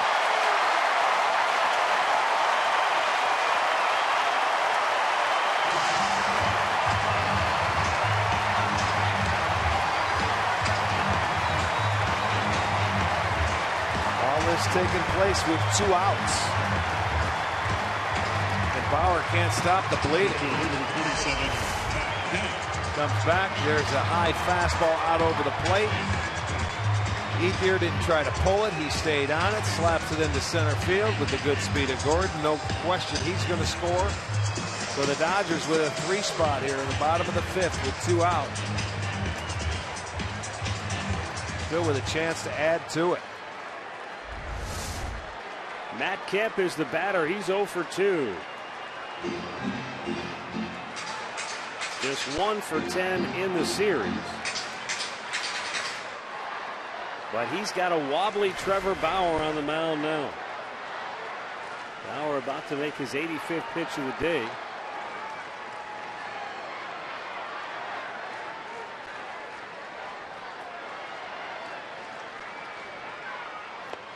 Down low. Boy, it looked like a different guy in this inning for whatever reason.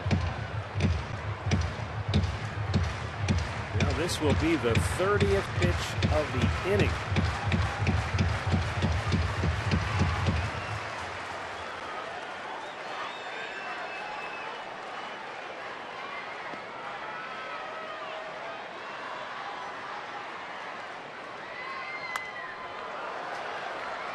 1 to count.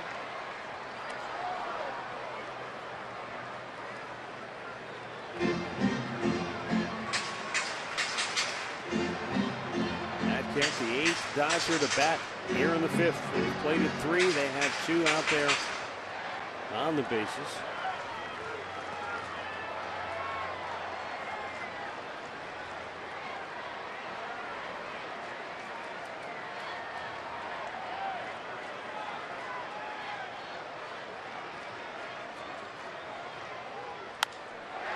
Right field near the line, foul.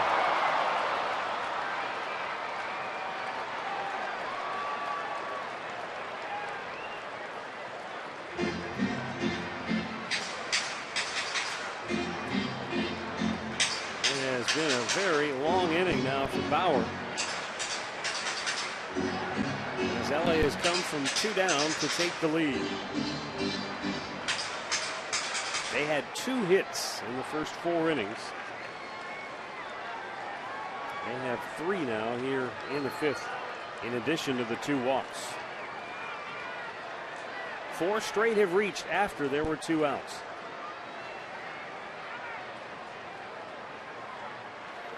Including the pitcher Ryu, who doubled in the first run of the game for the Dodgers with 2 outs.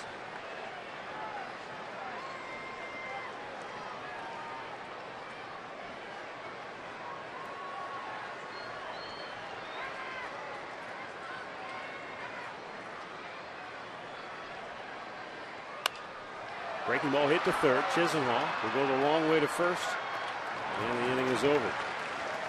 LA takes the lead with 3 in the 5th, as the Dodgers are up by a run.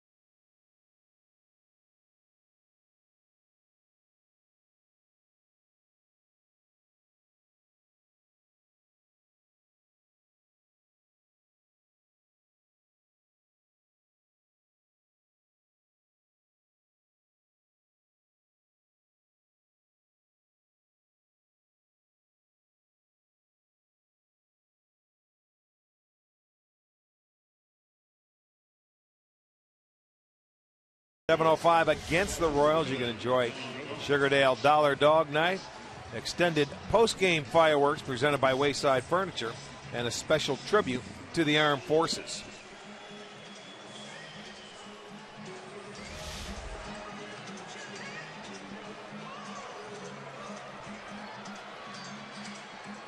Indians now down a run 3-2 as we go to the 6th.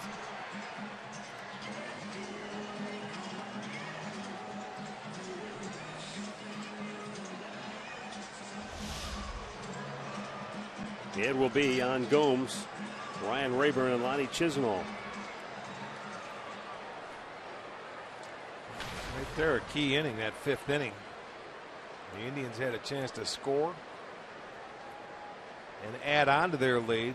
Defensively, the Dodgers were ready for it, and they come back and score 3 in the bottom half of that inning with 2 outs. Very big inning.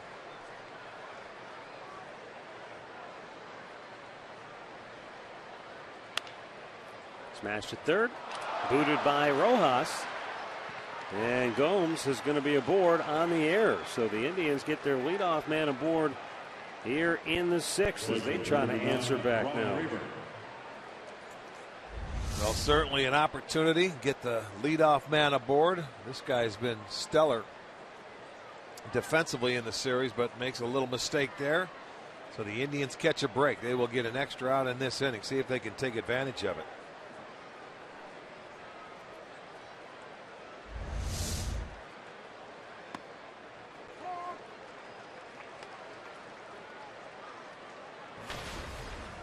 Last time the Dodgers had 2 errors in a game was May 24th in Philadelphia. Day before the no-hitter, huh? Wasn't it the 25th they had that no-hitter? Yeah.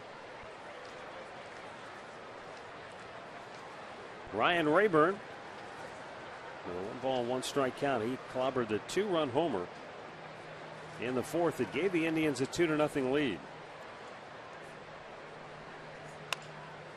This one to third. Rojas gets another chance. Goes to second for 1 on to first. Not in time. Well, a long way to turn it. They tried. Rojas. That's the one nice thing. After booting the ball, you want to get right back and get another chance. Well, he handles this one. It's a long way to go, though, to turn it. 5-4. Rayburn just does beat it out at first base.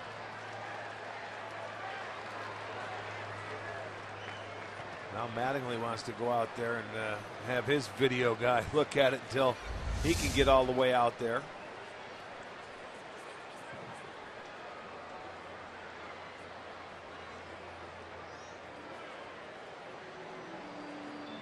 You know, they ought to just stay in the dugout and say, I want to look at it. Let's see. He's safe. You can't argue anymore. If you argue, you got to go to replay. Maybe Don needed a little exercise. Get the blood flowing a little bit. Yeah. So 1 on, 1 out. Up comes Lonnie Chisenhall, who was 1 for 2 today.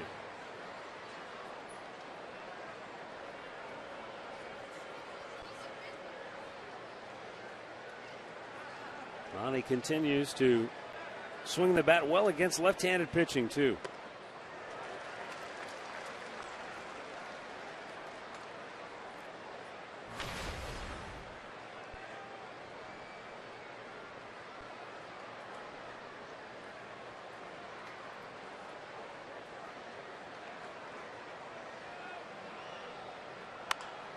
Popped him up. Center field, Ethier.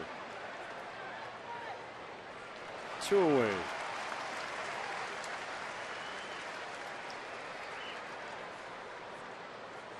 The next fielder, number 4, Michael Davis. You go back to the top half of that 5th inning. Rojas makes an unbelievable play there. And then the inning will end with a base runner thrown out at home plate.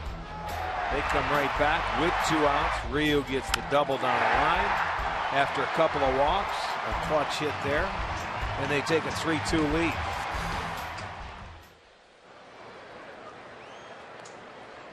Bauer is on deck, but I'm sure if he gets to the plate, we will see a pinch hitter.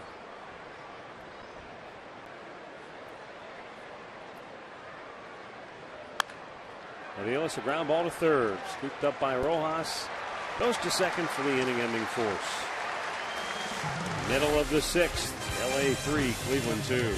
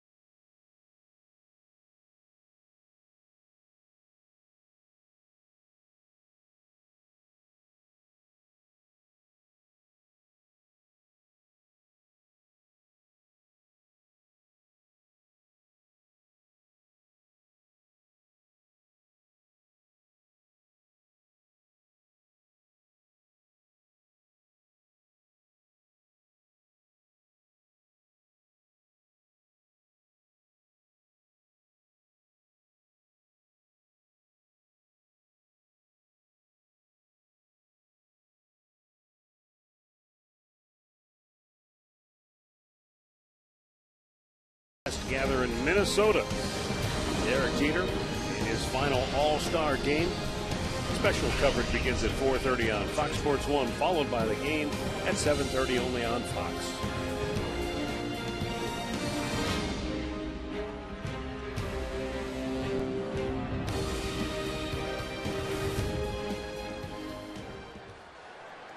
Clint Robinson, Scott Van Slyke, and Miguel Rojas for the Dodgers here in the 6th.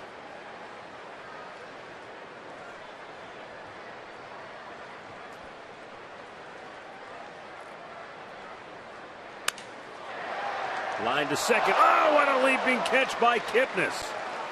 He took the elevator to the top floor and snared it to keep Robinson off the bases. Timed beautifully by Kipnis. This will be our McDonald's. I'm loving it. And you watch the timing of this. Get up there, take a hit away, out number 1. Well done.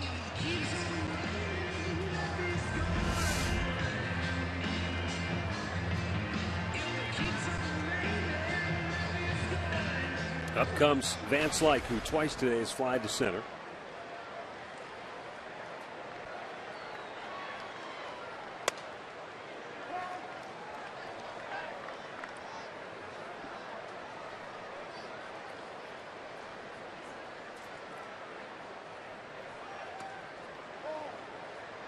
Scott's dad, Andy Van Slyke, was a left-handed batter.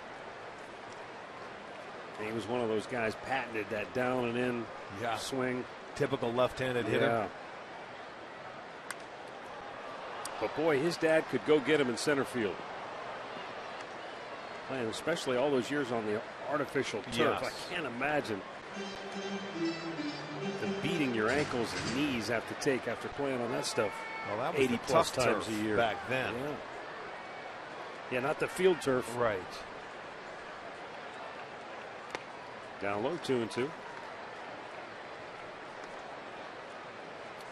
Scott would have been 6 years old when the Pirates lost to the Braves in their 3rd straight National League Championship Series back in 1992.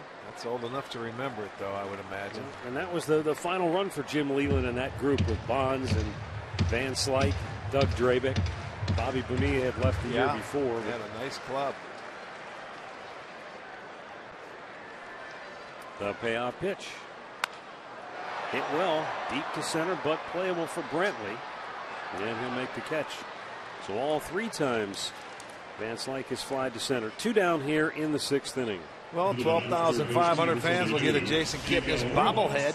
That'll be courtesy of First Energy, July 8th. The Yankees will be in town for a 4-game series. Last time Jeter will make an appearance in Cleveland. Visit Indians.com for your tickets. Miguel Rojas, 1 for 2. He singled and scored in that 5th inning for L.A.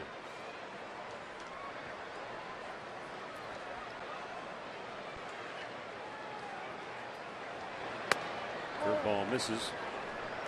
1-0.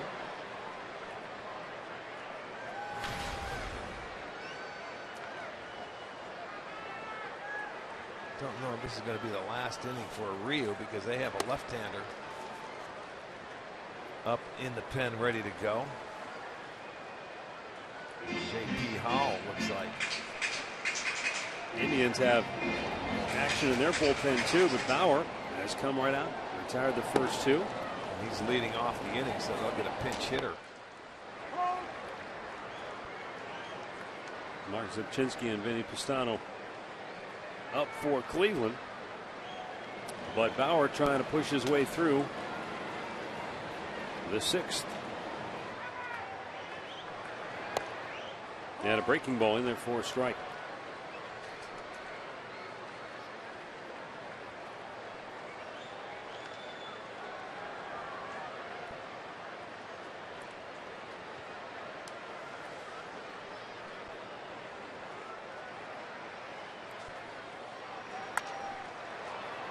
Down the line, slicing and foul.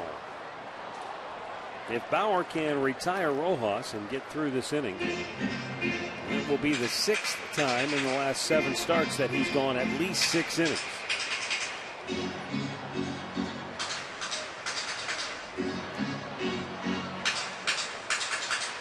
He's pitched very well today. Just had trouble in that 5th inning with 2 outs, getting through that inning, and ended up allowing the 3 runs.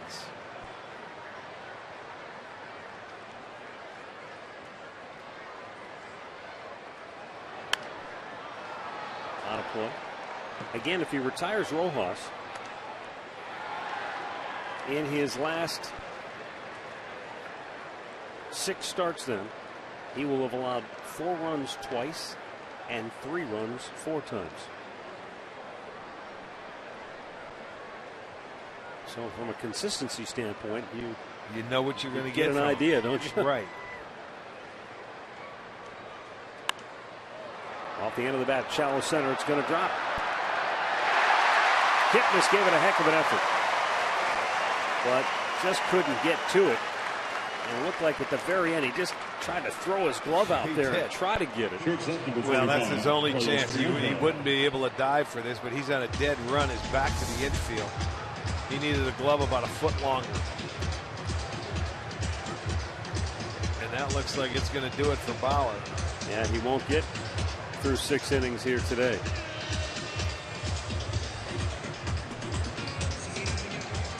So Bauer, his day ends with 5 2/3 innings, and he gets the hook after a little bloop single falls into center field.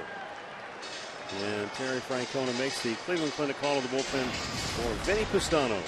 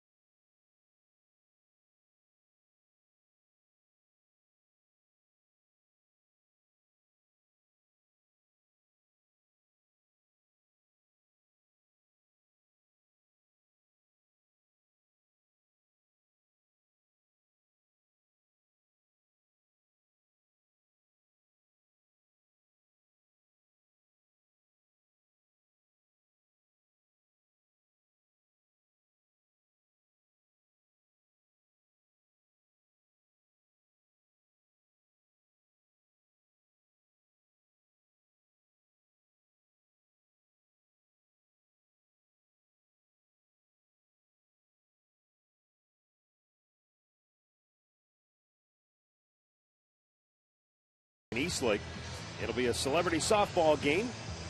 Cleveland's pro football players will be taking part in a home run derby at 6, and then photos, autographs. It's all going to be a great cause and a great day. Log on to captainsbaseball.com for information. Vinny Pistano, 9th appearance of the year.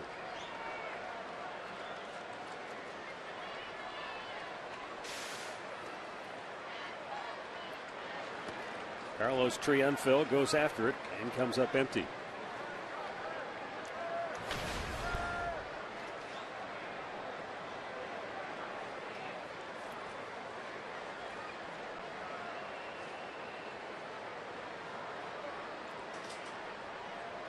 Look Whoa, out. There goes the bat again. And that one almost got a Goodness. stadium personnel person. That's the 2nd time today. The first time it went over the head of Chisenhall at 3rd base. Man, he's got to use a little bit more of that claw that they put in the on-deck circle in the pine tar. This one, it ended up hitting the cement. She got out of the way. She made the save. Good thing Tommy Lasorda left. He was that was in his direction. Yeah, that would have been right shades of the All-Star game when he was coaching 3rd base. Right. I forgot about that. Bat came flying down there, and down went Tommy.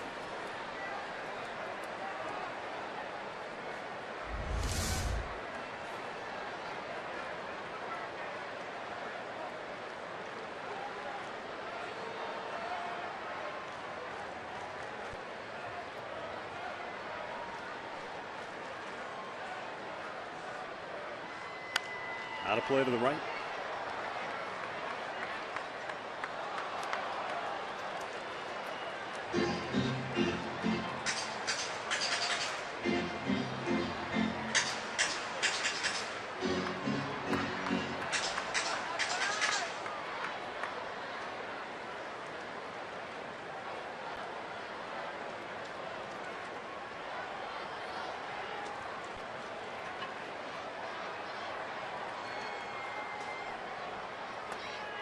Up and away.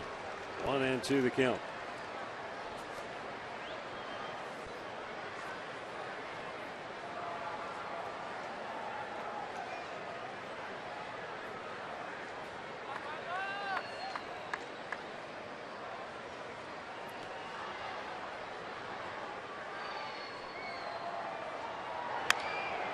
That's foul. Out of play down the right side. So everybody near the vicinity of the Dodger dugout is on red alert for a flying bat. I'm surprised Ryu's in the on-deck circle.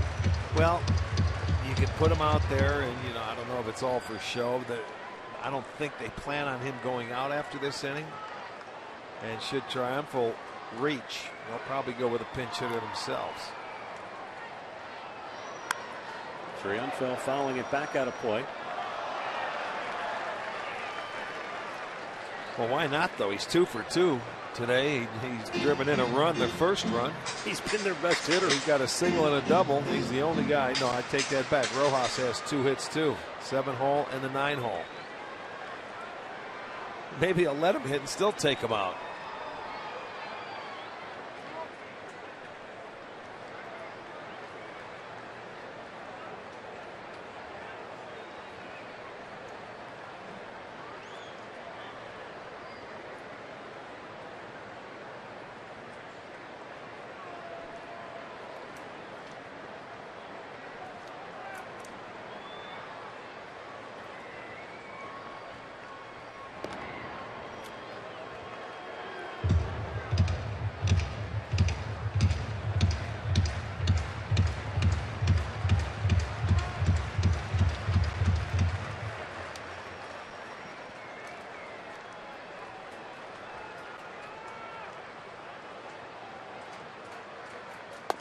Upstairs with it. 2-2.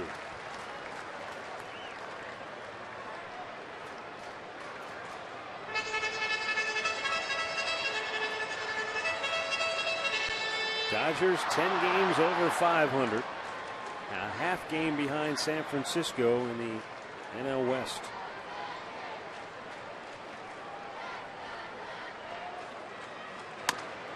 Castano throws it by him and strikes out Triumphal to end the inning. 6 complete from Dodger Stadium in LA, and the Indians trail it 3-2.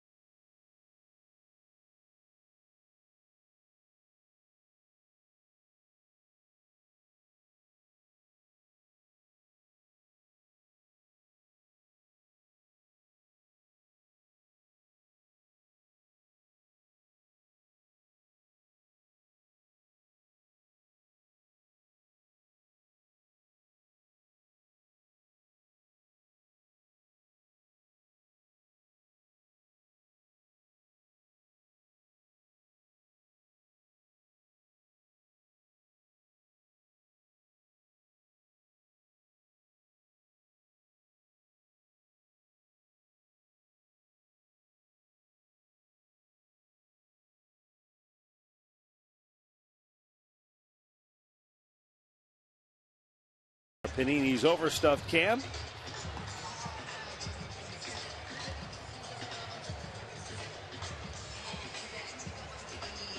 LA with a 3-2 lead. And as we roll to inning number 7, the Indians will go to a pinch hitter. Michael Bourne will bat for the pitcher.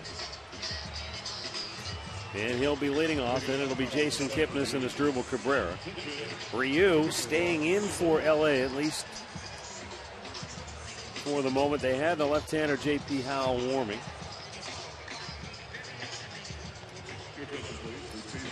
Ryu's made, one mistake that's cost him today, and that was the 2-run homer by Rayburn. And he got bailed out by his defense in the 5th inning with 2 spectacular plays.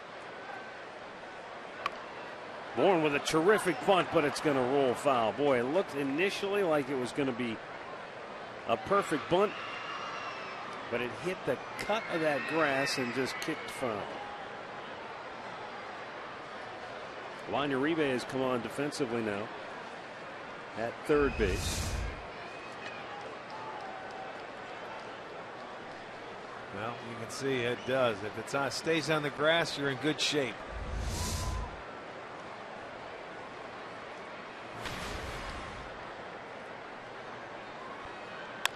Right back to Ryu. 1 away.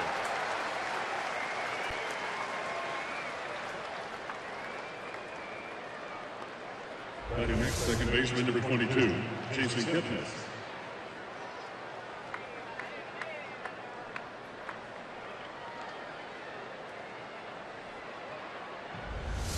Jason Kipnis 0 for 3 in the leadoff spot today. 2 for 10 in the series.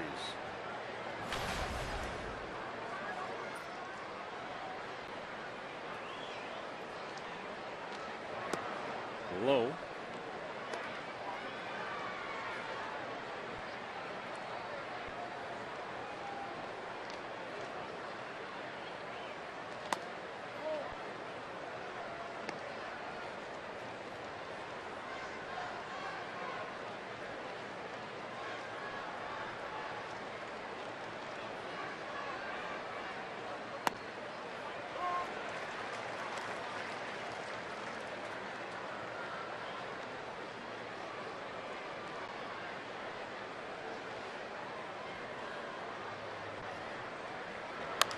Out of play down the left side.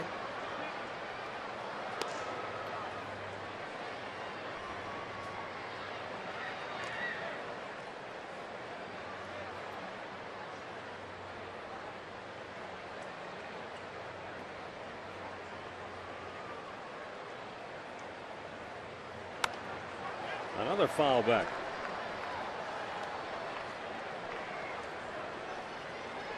Ryu closing in on that 100 pitch mark for the afternoon. He's thrown 70% of his pitches for strikes. Missed outside.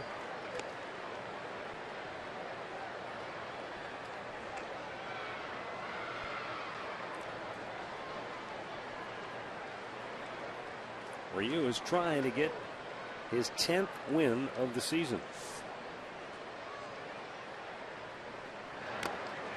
And he strikes out Kipnis, 2 down. That's his 8th strikeout here in the ballgame. We'll get a Larry Doby replica jersey. That'll be courtesy of Sherwin-Williams. That'll all take place this Saturday.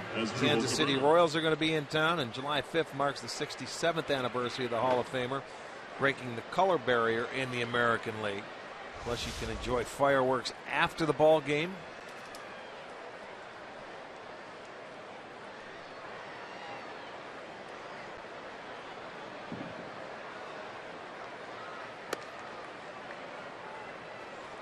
Cabrera has gotten a couple of breaking balls today. He's been able to hit for doubles. Those 2 hits.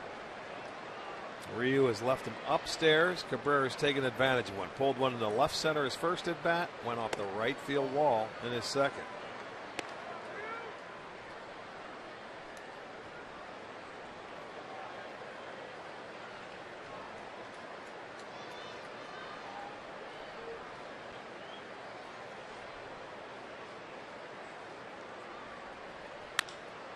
to right field. Dan Slyke got a good break on it and makes the catch.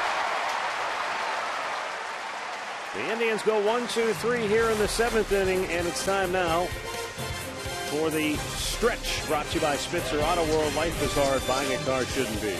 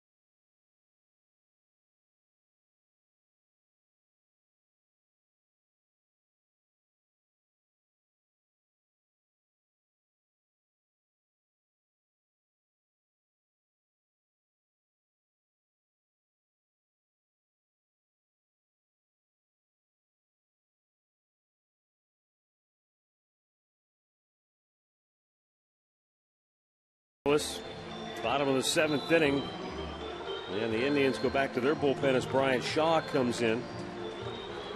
And Shaw, the right-hander, will be making his 40th appearance of the year. 2.68 ERA. He has walked 10, struck out 31 in his 37 innings. He'll be facing a pinch hitter as Yasiel Puig will hit for the pitcher, Ryu. Ryu ended up one mistake there, a fastball to give up the Indians 2 runs and settled in, struck out 8, pitched a pretty good ball game. With the performance by Puig today, the Dodgers have now tied Minnesota for the longest streak since 1900. 36 consecutive games walking 2 batters or less, as Ryu did not walk anybody here today. And the Twins did it in 05, so that's pretty impressive that, you know, the 2005 Twins and now in 2014 the Dodgers. Yeah, their starters have pretty good control staff, I guess you'd say. And obviously Rick Honeycutt has placed a premium and an emphasis on throwing strikes and not giving the opposition free base runners. And then they have Greinke going tomorrow for them when they go to Colorado.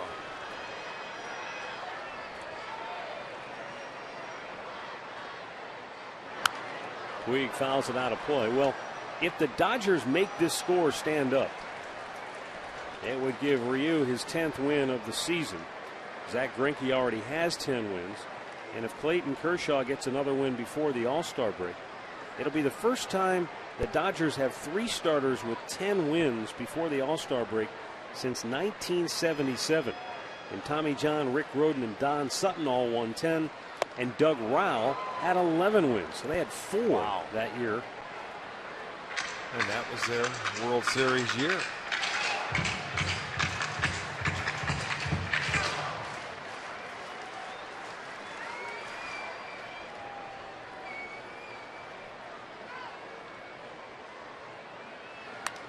Puig popped it up over near the Tribe dugout, but not enough room there for Gomes to get to it.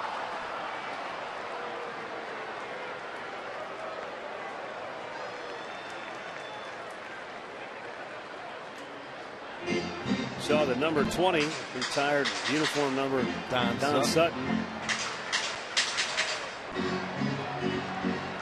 He pitched 16 years for the Dodgers.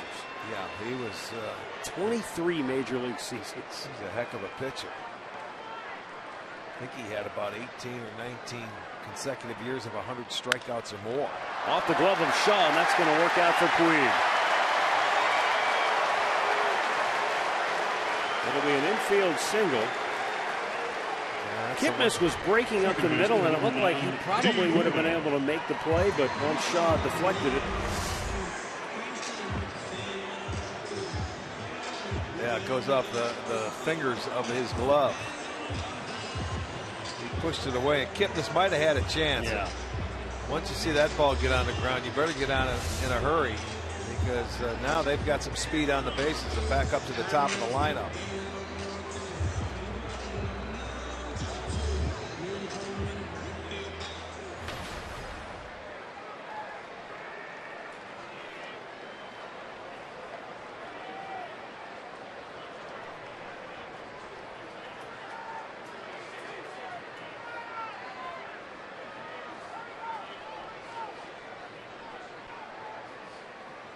Pitch outside.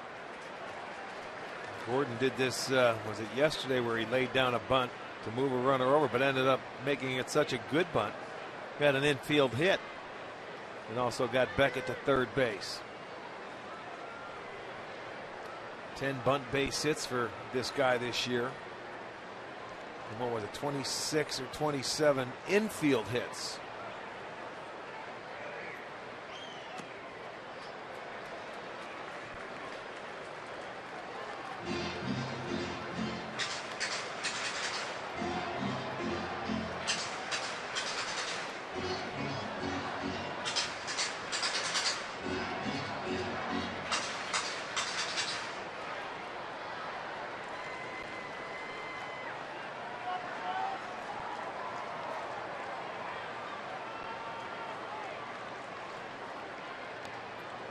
One more thing on Don Sutton. I was looking at those numbers.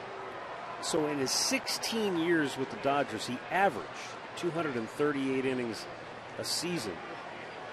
So when you consider that's what he averaged, and then you take into consideration the fact that in the National League, a pitcher sometimes gets yanked for a pinch hitter because of the score, maybe. That's really impressive. Yeah. It speaks to his durability, but also his consistency. He was, as good as they get. They got him for a trade. He went to Houston to Milwaukee, Milwaukee to the Angels.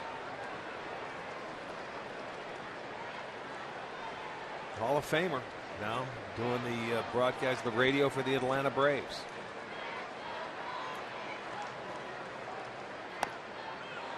And a strike called to D. Gordon. And it's 3-1. Great count if you wanted to start the runner here with speed. Gordon at the plate. He can put it in play if need be. He bunts.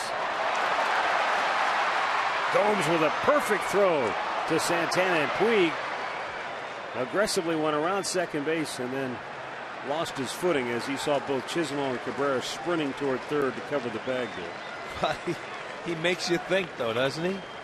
I mean, he never thinks one base. He always thinks a base ahead. It'll be a sacrifice. On the 3-1 pitch from Gordon, it was another beautiful bunt. So Gomes jumps on it in a hurry to throw it to Santana. So he gets his job done, gets an insurance run in scoring position. And A.J. Ellis, the batter, is 1 for 2. He walked his last time up.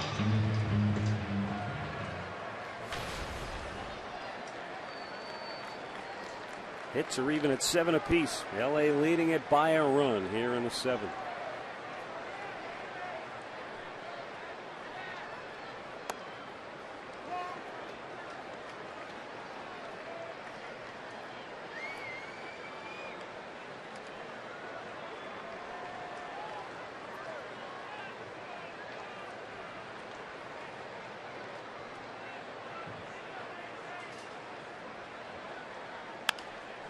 Played on the right side.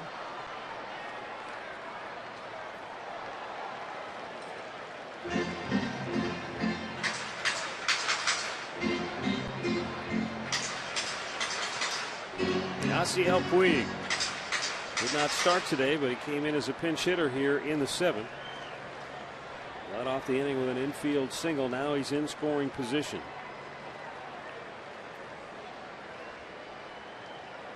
Ellis went around, and he strikes out, 2 down. Ellis doesn't like the fact that Larry Vanover didn't ask for help, but Larry said, I didn't need help. First strikeout for Brian Shaw, and with 2 down on the inning, it will bring up Andre Ethier, who in his last at bat put the Dodgers in front with a 2-out, 2-run single. Stayed on a high fastball, took it the other way, and it was a big 3-run bottom of the 5th, scoring all their runs with 2 outs.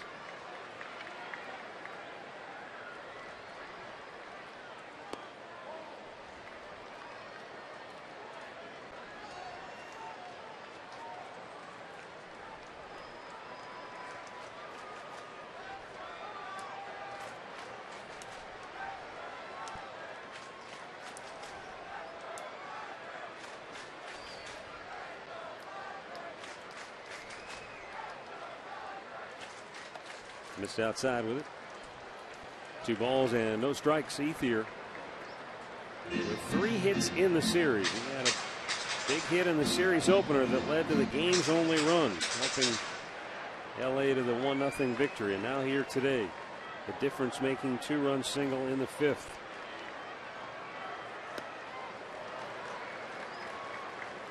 Doesn't look like he wants a lot to do with Ethier here in this at bat. First base is open.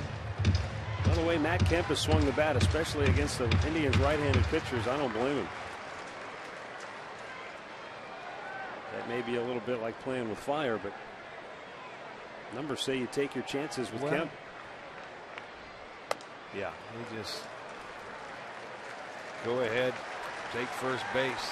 Matt Kemp in the series has gone 1 for 11, and he struck out all 3 times last night against the right-handed pitching. He has not looked comfortable at the plate against the slider in particular. Anything that's been away, he's been going fishing. Fan photo brought to you by AT&T.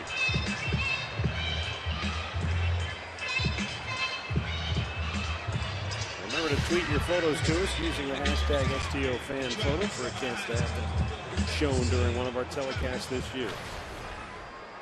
So here's Kemp with 2 on and 2 out.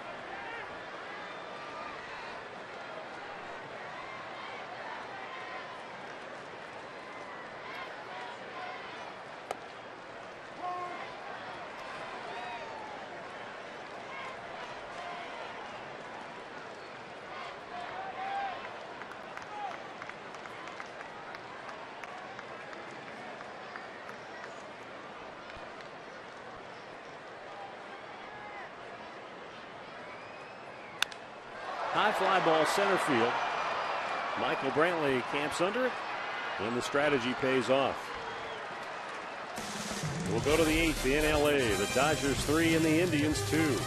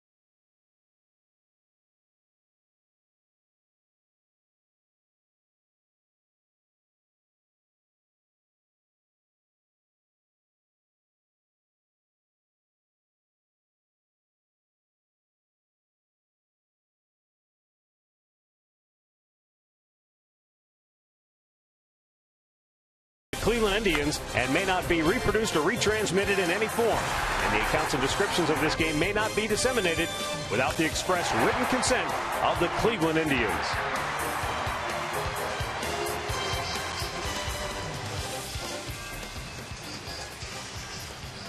Dodgers lead it by a run as we go to the 8th inning. Stay tuned for Indians Live, brought to you by Conrad's Tire Express and Total Car Care, coming up after the game. Brian Wilson coming on now for the Dodgers.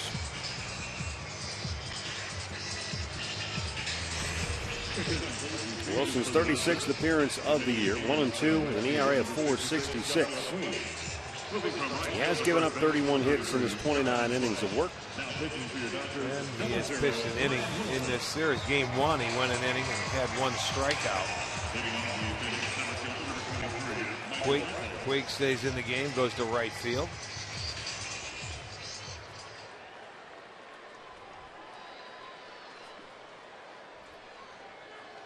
It's Scott Van Slyke now at first base.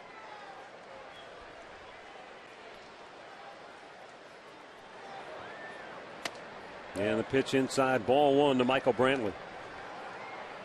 Brantley 0 for 3 today. But the only reason he's 0 for 3 is because of a tremendous defensive play. His last time up by third baseman Miguel Rojas, who's no longer in the game.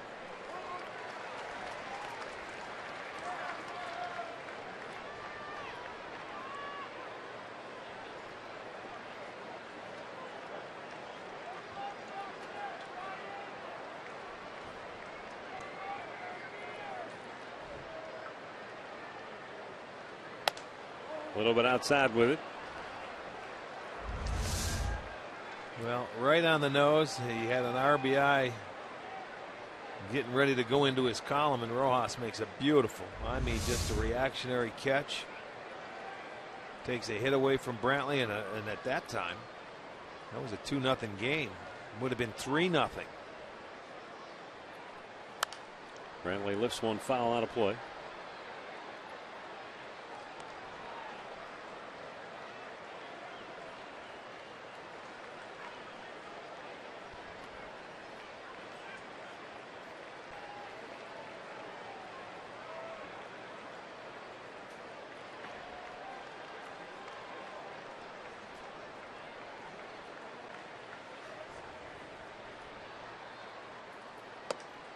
And a pitch is outside and a full count.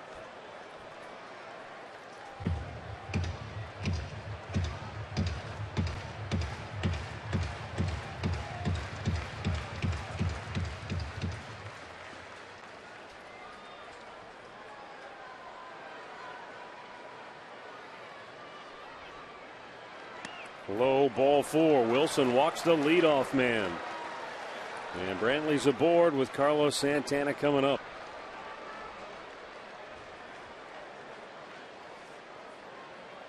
First baseman, number 41, Carlos Santana.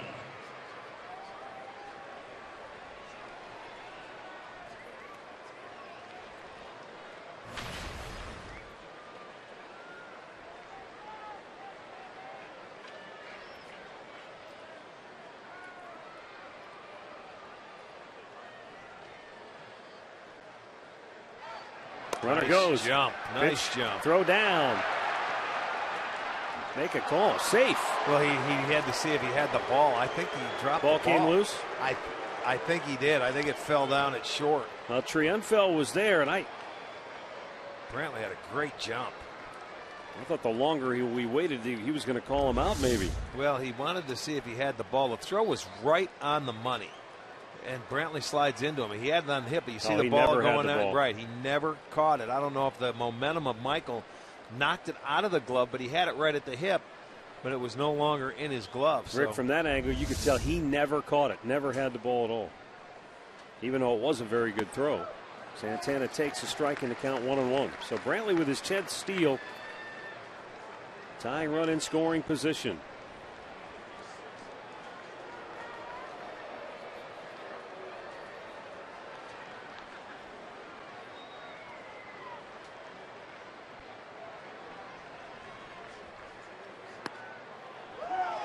Oh, that was questionable at best.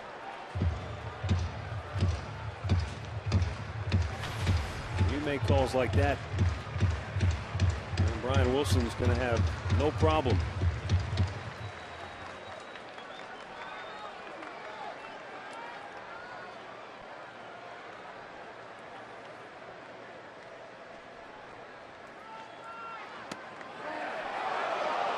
Well, and now you see, now Wilson says, I don't get that call. You know, I think it was the same pitch. Back-to-back pitches. One goes the hitter's way, one goes the pitcher's way. There's one right in the outside corner. Look at Wilson right there. Well, the pitchers are right on top of each other. You can see on the tracker. I mean, yeah.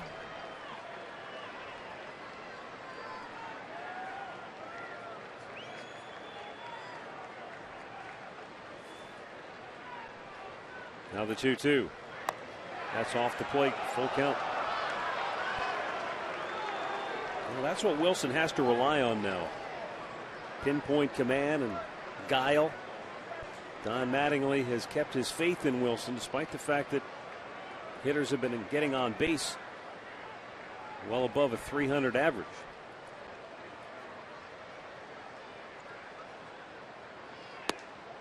Santana draws a walk. Back-to-back walks to open the 8th inning. And the Dodger bullpen busy again. Catcher number 10. Oh, that's a good job by Santana. Even though he went after one ball that was called a strike, he laid off the next one and caught a break and ended up walking. That was a very good at bat by Santana. Now they have the first two aboard. J.P. Howell getting loose.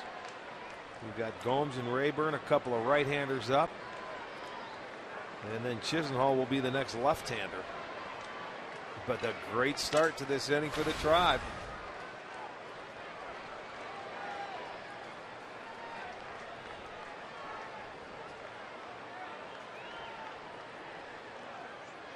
Yan Gomes is swinging a miss. The Dodgers were pinching at the corners, expecting a sacrifice from Gomes.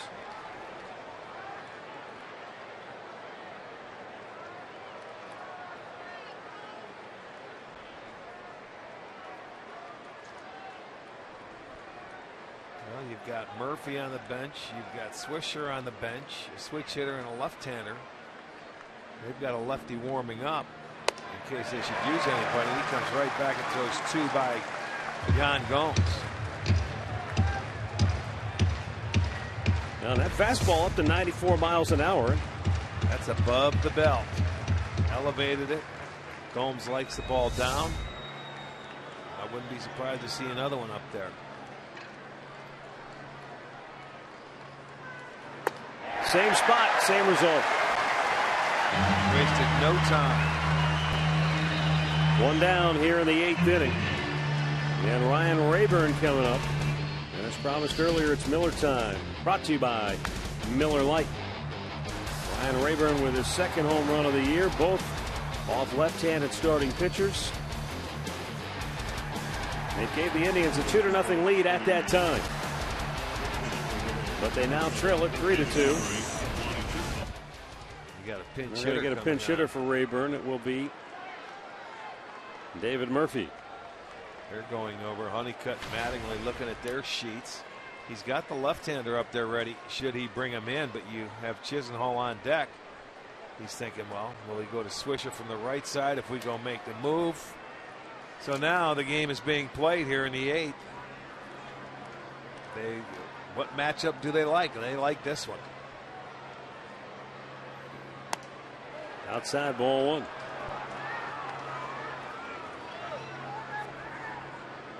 Brian Wilson was originally a 24th round pick by the San Francisco Giants in 03 out of LSU.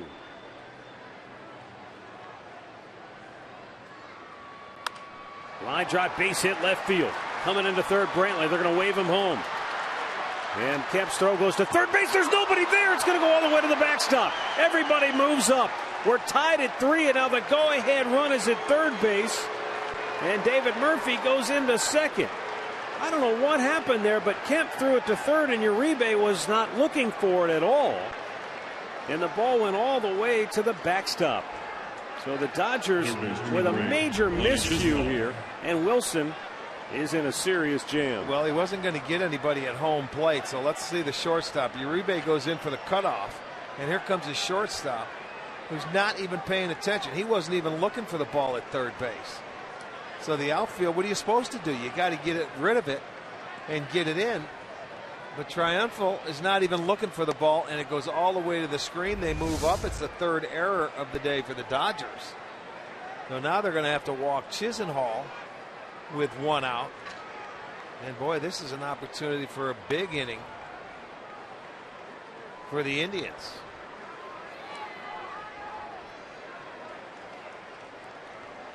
Now that was quite a bizarre play. I don't know. What did Carlos Triunfel think that Kemp was going to do? He probably thought he was throwing it home, didn't well, he? he may have, but that's where Uribe goes in for the, he's the cutoff man.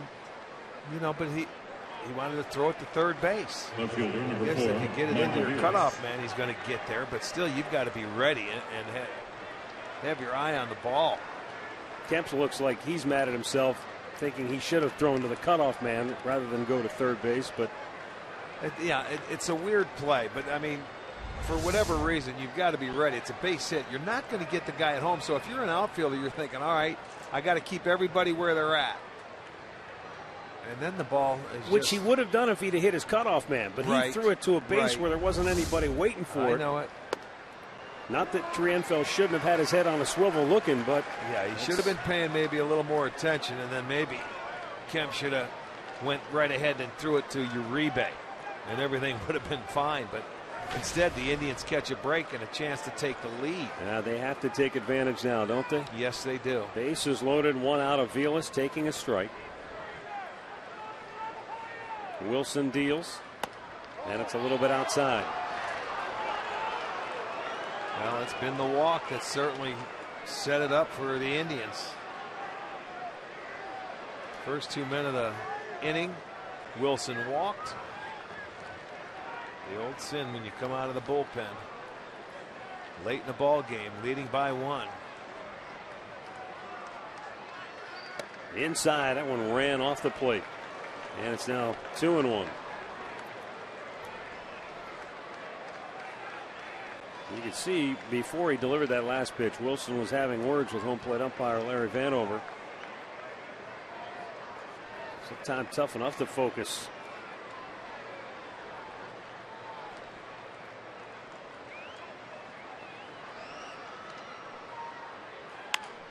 Aviles slaps it into right center field, a base hit. Scoring the go-ahead run to Santana. Right on his heels, here comes Murphy. Throw cut off to third base. Not in time. Chisenhall safe there.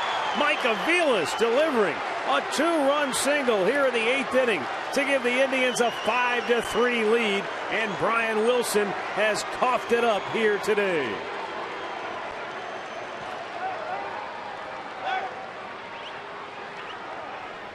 Right there, Aviles doing what he has to do. Put the ball in play. He gets a fastball. He goes inside out. It was on the inner part of the plate. Gets it into right field. So 2 runs can come in. He knows it's going to drop. So they come back, and they've got 3 on the board now with a chance to add on. It's 5-3 Tribe with their own 3-run inning here in the 8th.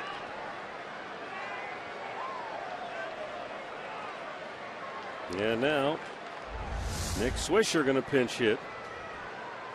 First base is open. Probably see that left-hander now, won't we? Ellis going out to talk. Here comes Don Mattingly. It took him a while, but he decided he is going to make his pitching change here. Brian Wilson,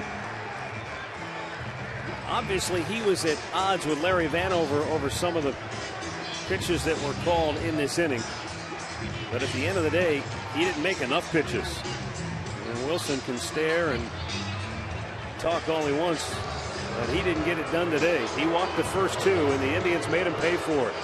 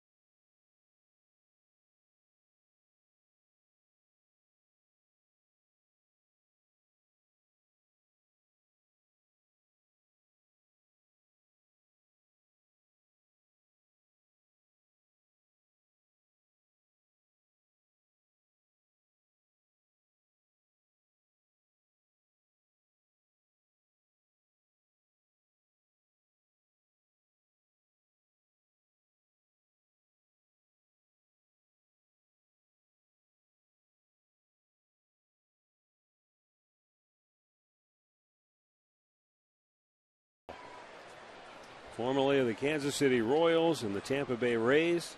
So the Indians have certainly seen their share of him over the years in the American League. But now in his second season with the Dodgers, Nick Swisher, first at bat of the day.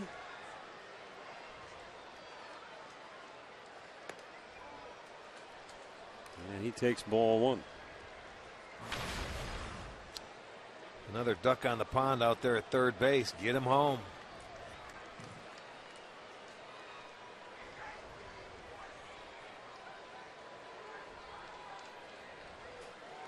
Well, we talked about it before. It's amazing. A team like the Dodgers, who today equaled a record that only one other team has done in the last 114 years, 115 years.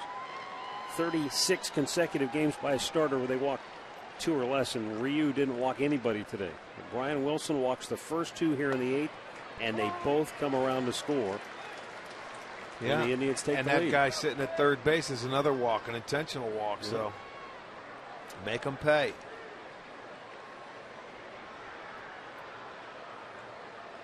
Shows how important late in the game you cannot give up any base runners. They have to hit their way on. But the Indians are certainly grateful.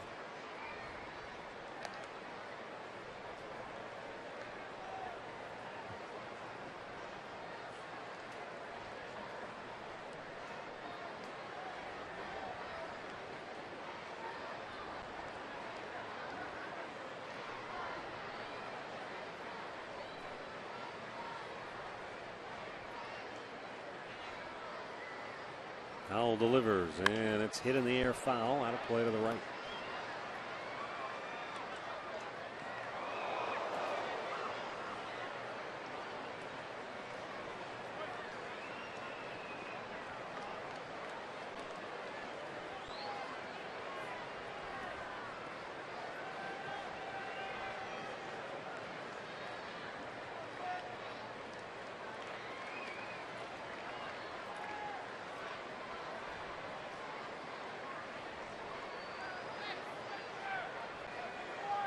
Swisher trying to get that run home from third here, but he's down on the count 1-2. And Howell deals, fouled away. You know, it seems like, Rick, when you're in a pinch hit role late in a ball game, there's no easy pinch hit appearance because you're usually either leading off an inning where pressures get on base, get something started, or you're coming up like this with a runner on base and you're trying to get him home. Yeah, you just focus on putting the ball in play. Making him work. He's going to have his work cut out for him to stay alive, but foul off some pitches, get something you can handle.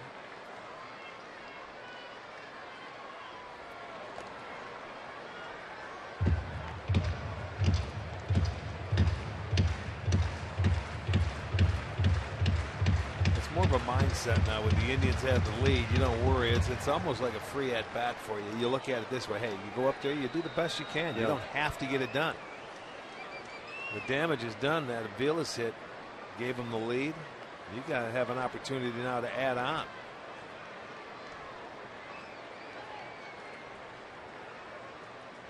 Avilas takes off. Swisher takes it's in the dirt, and a stolen base for Mike Avilas, his 8th of the year. And now 2 are in scoring position, and the count's back to even at 2-2.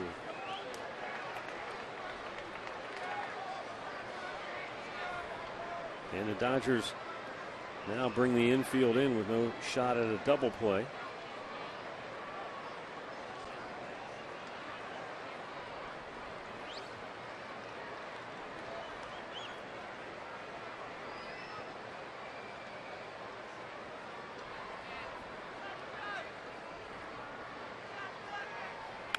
And a foul right back.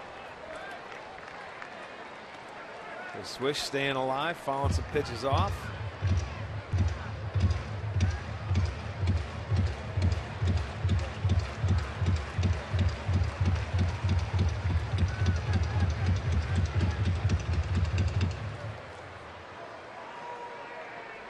Mike Avilas with the stolen base at second base. Ronnie Chisenhall down at third with 1 out. Swisher looking to get a ball he can drive to the outfield.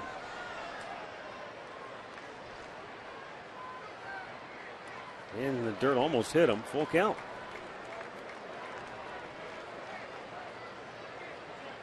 Now, J.P. Howell may be approaching this once Avila stole second base. Yes. And Swisher didn't swing at that pitch. He kind of said, well, I don't have to give in to him now with a base open and a left-handed hitter on deck. Trying to get him to swing at his pitch. And if he walks him, then you re-rack him and you set up a double play for the left-hander with Kipnis up. That's exactly what Ellis wants to talk to him about.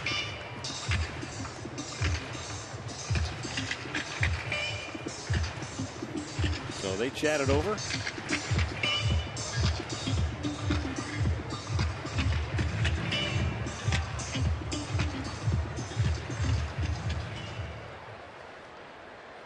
And if you're Nick Swisher, you're probably thinking along the same lines as well. I don't think so. You're just ready for anything and everything. I don't think he's going to throw him a fastball here in this situation. It'll be something off speed or slow or trying to get him to roll over or swing at. But yeah, I don't think he's going to give in. And if he walks him, I don't think he'll be too upset.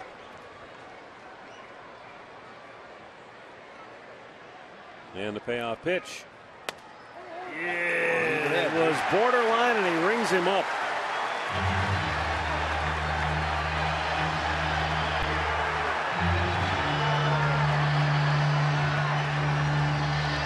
Now Swisher had his say.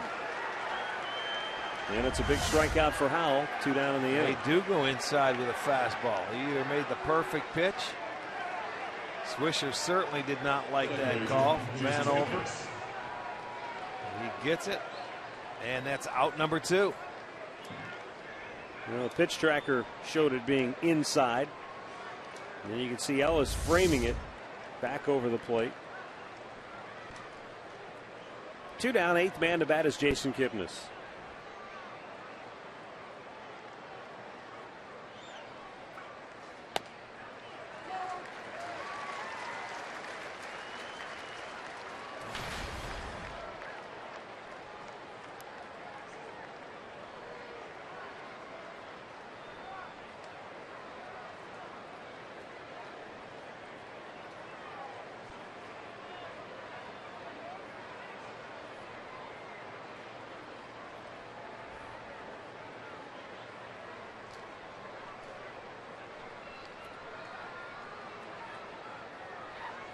Outside with it.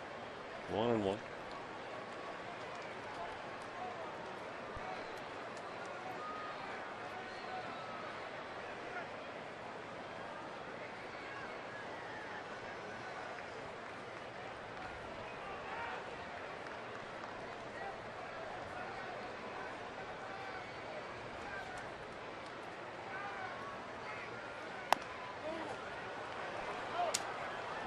Just a wee bit outside, and the count is 2-1. There's Etchison. He's been waiting. He's been waiting out there for a while. And has been ready for a while.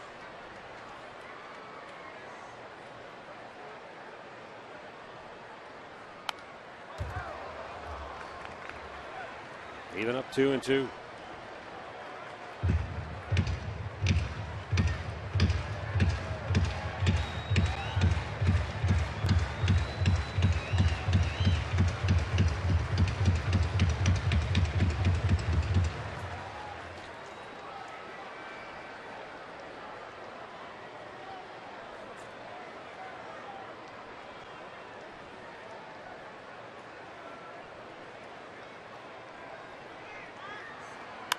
Kipnis with a fly ball left field over near the line. Kemp a long run.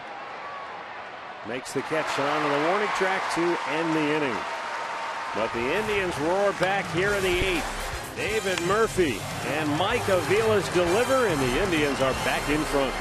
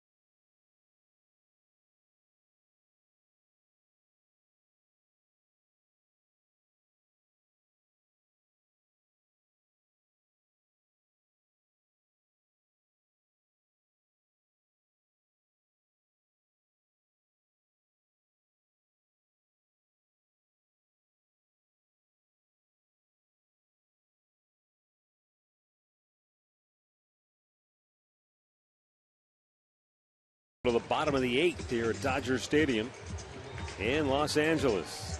Scott Atchison will come on now for the Indians. He's got the 5, 6, and 7 hitters due up.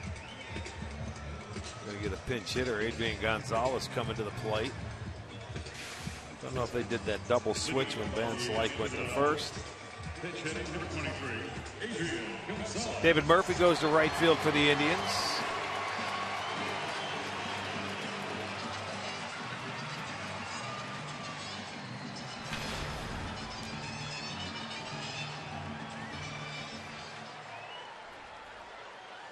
Gonzalez 0 for 2 this year as a pinch hitter.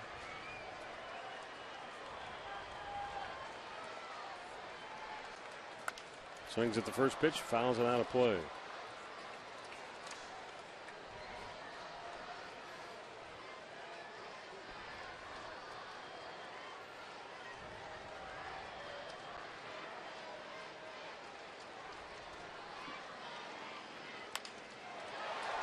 To center field, Brantley backing up, makes the catch, 1 down.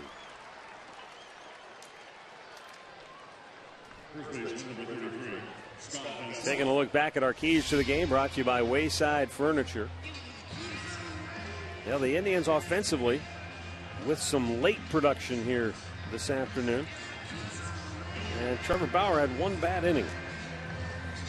He was really good. Through 4 innings, he had a 2-hit shutout. Hadn't walked a batter, but then in the 5th, as you said, it was the bottom third of the order that gave him trouble. Scott Van Slyke drills 1 deep into the Dodger bullpen. And he brings him right back to make it a 1-run game. It's his 7th home run of the season.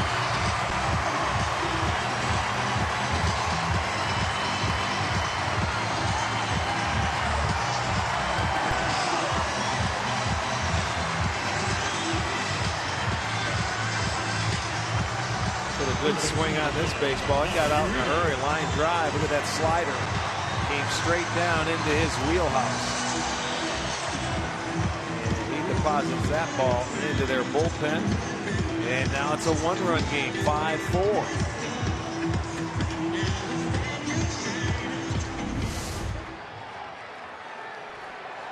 And up comes Juan Uribe for the first time today.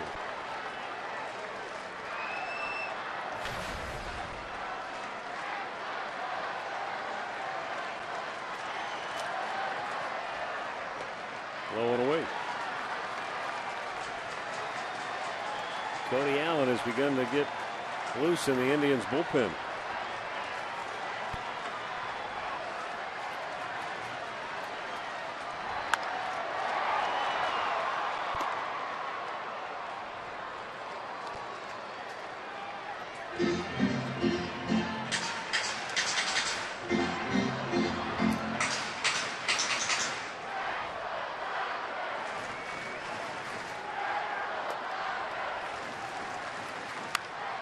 Again out of play.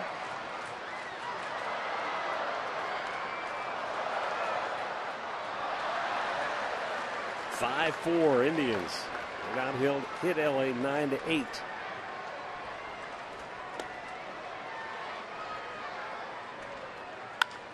To center field, Brantley makes the head high catch.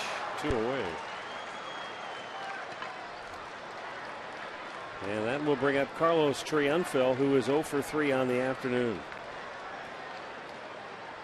Shortstop number 45, Carlos Triunfel. Here comes Terry Francona. Interesting. Well, 2 outs. Cody Allen ready. Looking for a 4-out save, maybe. Yes, he is. He's going to make the move right now. He's going to Cody Allen, his closer, with 2 outs in the 8th inning, and the Indians in front 5-4.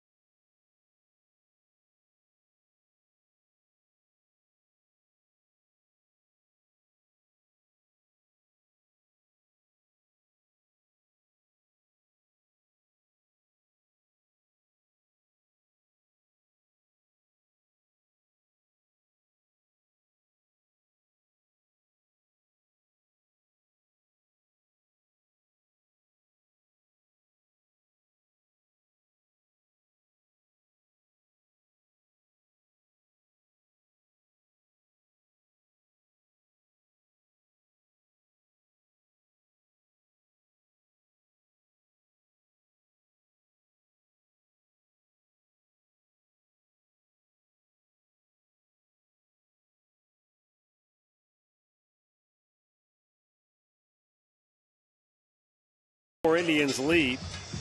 Cody Allen coming on to face Carlos Triunfil. The Indians have the lead because in their half of the 8th inning, Brian Wilson walked the first 2.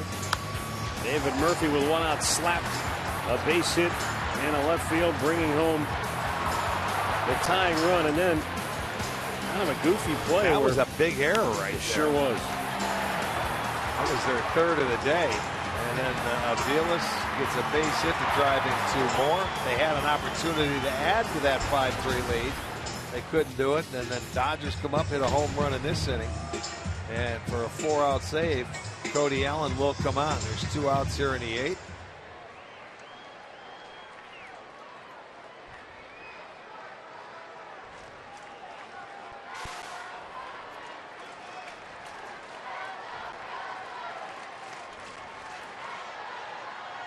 Swing and a miss at a slider away.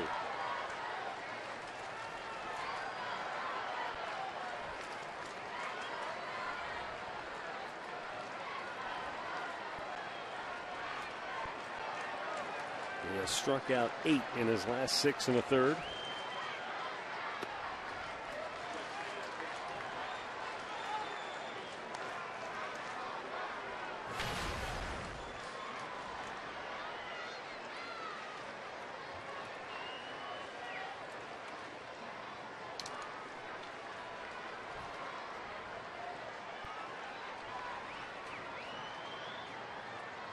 Down on the dirt. And it's 2-1. They announced the attendance today at 50,199. Either they had a few no-shows or there's a lot of people in the shade somewhere tucked up underneath. I think the no-shows were out and about in this day game.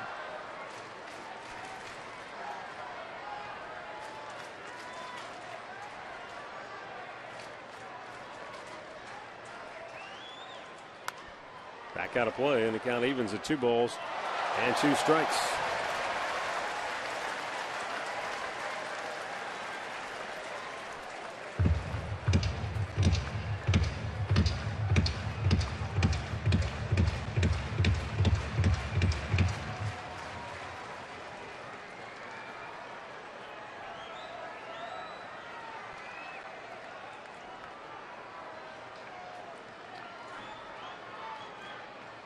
Fastball away. And now a full count.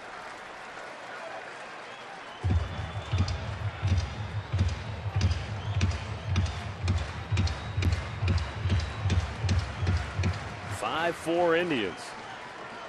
But with Yasiel Puig waiting on deck, this one's still very much up in the air. Yeah, you certainly want to make this guy hit his way on. Swing and a miss. He chased one in the dirt. Allen strikes him out to end the inning. And the Indians will take a 1-run lead into the 9th here in L.A. Scott Van Slyke's homer slices the Indians' lead to a single run.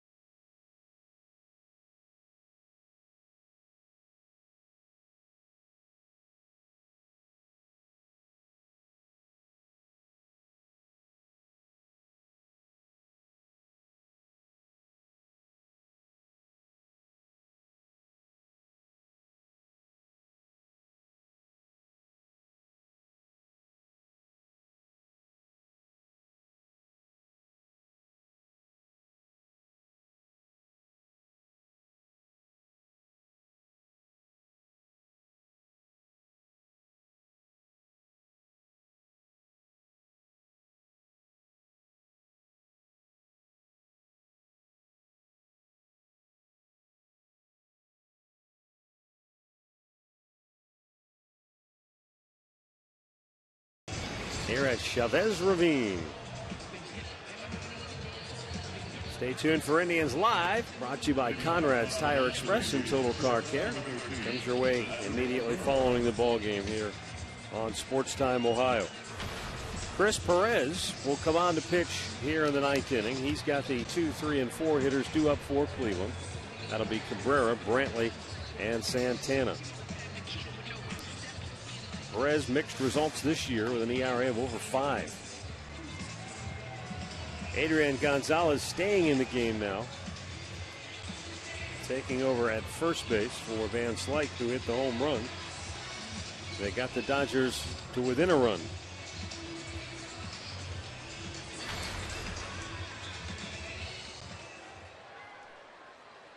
And now Cabrera, who is 2 for 4 with 2 doubles in the ball game. And he hit the ball hard to right field his last time up, but he lined it into the tracks of Van Slyke.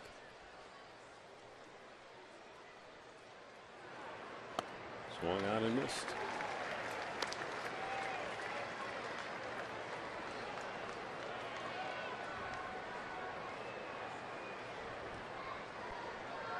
These matchups always intrigue me. I always wonder who has the upper hand. The shortstop who played behind a pitcher, or the pitcher who watched that shortstop hit for all those years as a teammate. Well, I think they know have an idea what's coming when you play behind a guy like that. It's just a matter of if you get your pitch, you got to put it in play. Pitchers usually have the advantage no matter how you look at it, because even if you're good 7 out of 10 times, you're going to fail as a hitter. It's a good way of looking at it. You know, so you've got nothing to lose. Just how bad do you want to get a hit off this guy?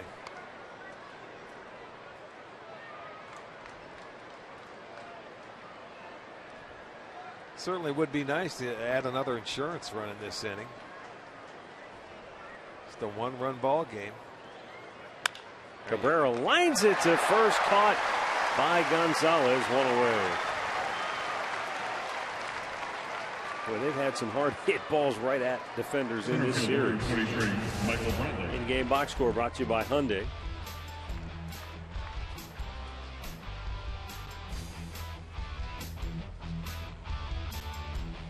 Michael Brantley hitless here today. Walked and scored, though, a big run in the 8th inning.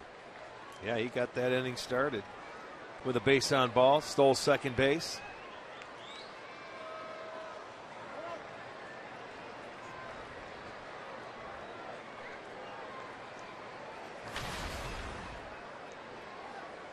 Got a hit off Perez yesterday in the 9th inning to left field.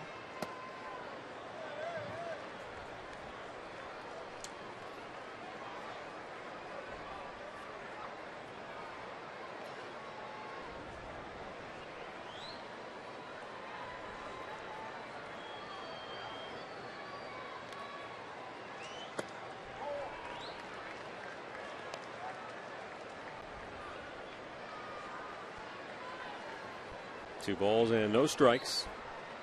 1 out here in the 9th. Indians lead it by a run.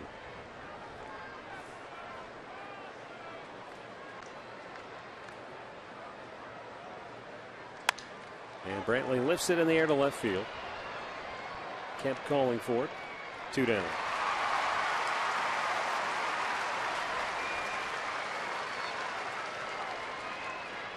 First baseman, number 41, Carlos Santana.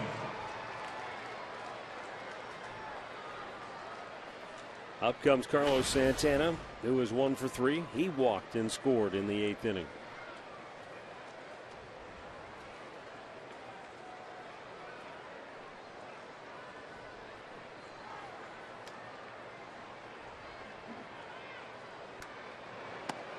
And an off-speed pitch in there for strike 1.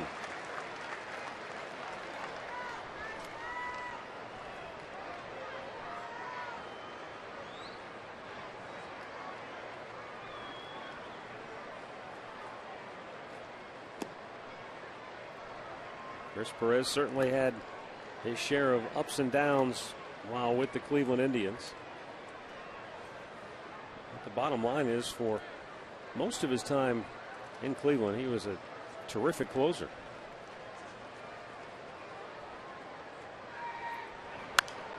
High pop foul, that'll get out of play. He was an all-star for the Indians in 2011. He saved 36 games that year. Backed that up in 2012 with 39 more saves. But last year, more downs than ups. A lot of times it was never a clean 1, 2, 3 inning and saves, which, boy, they're getting more rare to see nowadays, aren't they? Yeah. With Rivera retired, and I mean, you get spoiled. That's just something that's not that easy now, that 9th inning.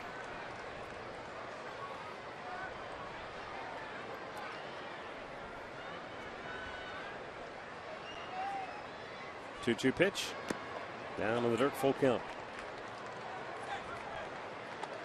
Plus, as much as Chris was refreshing because he would speak his mind, he wouldn't give you canned, boring answers. Sometimes he didn't have a filter and he could get himself into trouble too. Yes.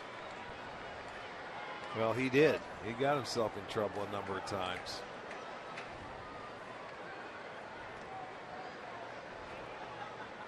But a different role over on this ball club where he hasn't seen a lot of action throughout the course of the year. He doesn't come in when they're leading.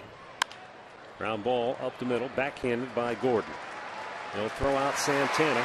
The Indians go 1-2-3. And now it's Cody Allen against the Dodgers with the game on the line when we come back.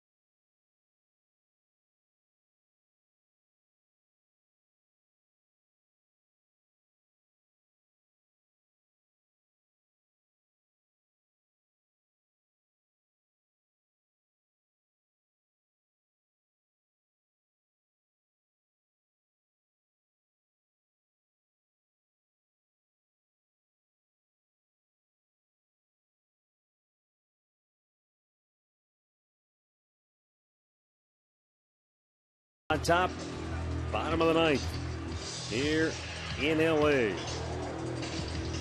Cody Allen recorded the final out of the 8th inning. So he's looking for a 4-out save here today. He's got Yasiel Puig, D. Gordon, and A.J. Ellis standing in his way. Puig had an infield single in his first at bat today back in the 7th.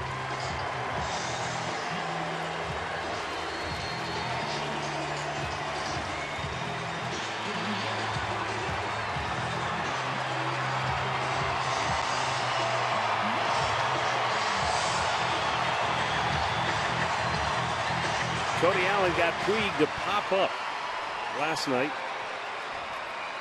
I would say that was 2 nights ago. And his only encounter.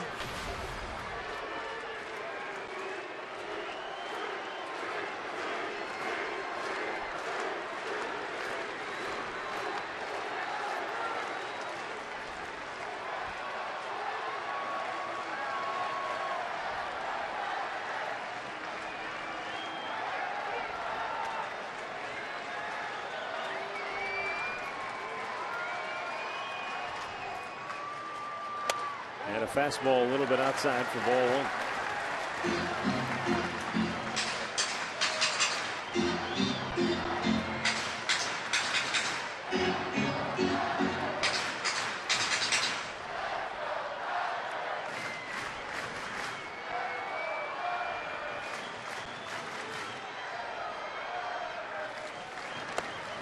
In there for a strike.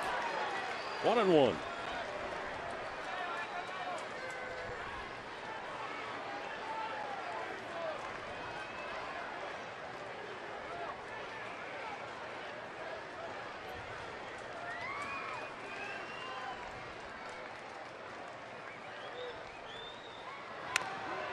Jammed him, and it's a foul up the first base line. Good pitch. He ran that fastball in on his hands after he threw a very nice curveball to him the pitch before. So he didn't mean it. It was an excuse me swing. But now ahead in the count, 1-2.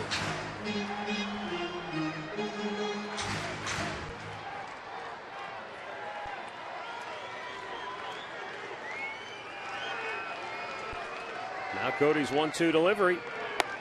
And he cut under that breaking ball. And it's 2-2.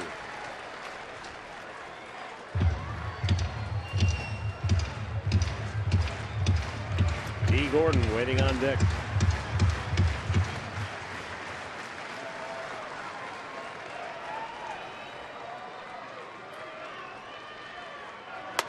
Just a bit off the outside corner, and now a full count.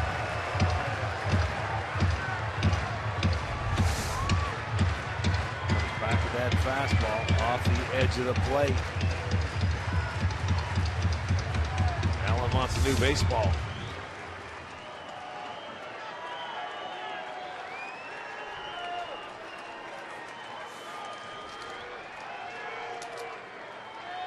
Puig with 11 home runs on the year. 46 batted in.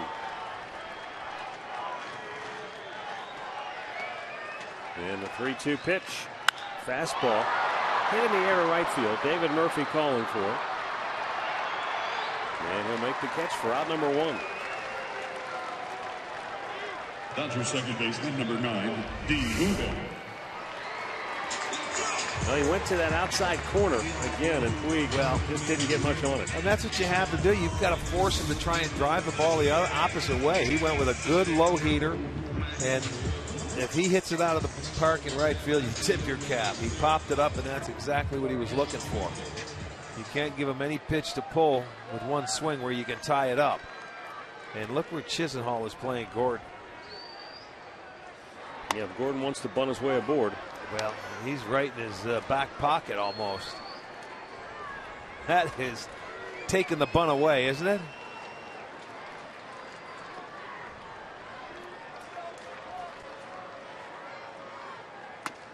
And Cody Allen is quickly ahead 0-2, and now Chisenhall can back up at third.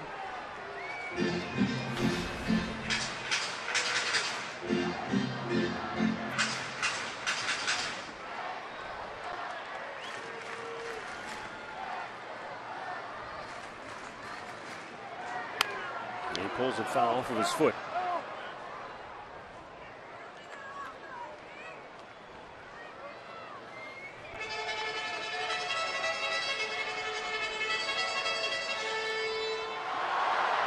Indians trying to hold on for the win to take the series. What a shot in the arm that would be for the Indians ball club. After losing the series in Seattle, they split the 2 games in Arizona to start this road trip. Up high.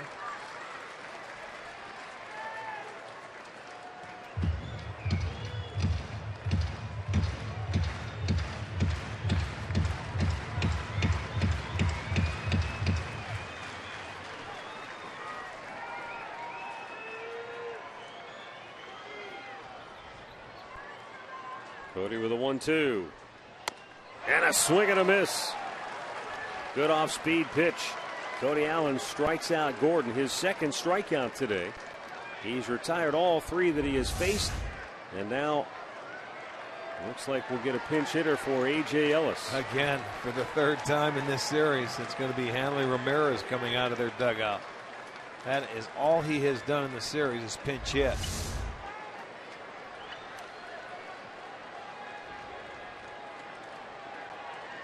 So Don Mattingly going to pin his hopes on the pinch hitter Hanley Ramirez to keep this game alive.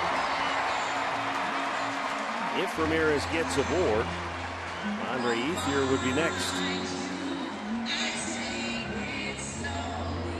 But Cody Allen will have his focus on Hanley Ramirez, the righty-righty matchup.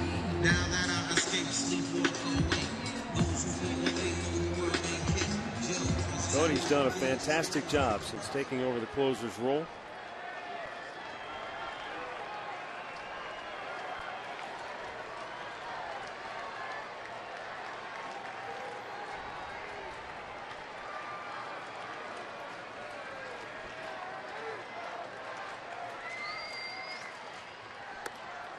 The Dodgers haven't won more than 3 games consecutively all season long, but they're still 10 games over 500 and only a half game back in the NL West. Meanwhile, the Indians up and down, find themselves 7.5 games back when the day began. The Tigers have already won. Yeah, trying to make it a 4-4 road trip before they head home for a extended stay, taking us right into the All-Star break. Yeah, big 10-game homestand in terms of potential momentum heading into the break for the Indians. Now the 2-0 to Ramirez. Just outside, 3-0.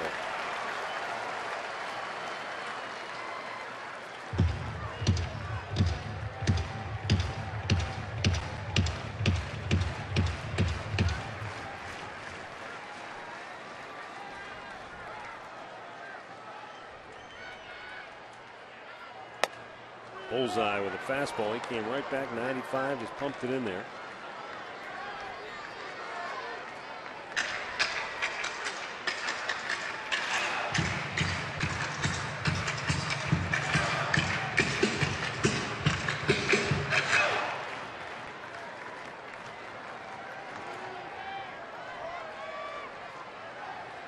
Now the 3-1. Oh, beautiful off-speed pitch. And Ramirez can only watch it. Full count. Well, certainly nothing he was looking for with a 3-1 count. He was looking for the fastball. He gets the breaking ball. And the Dodgers down to their last strike.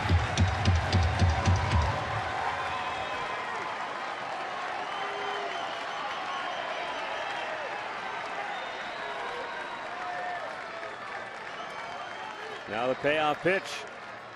And he took off on him. He wanted to come back with another breaking ball, but he cut under it. And Ramirez is aboard. The tying run at first now for the Dodgers, and up comes Andre Ethier.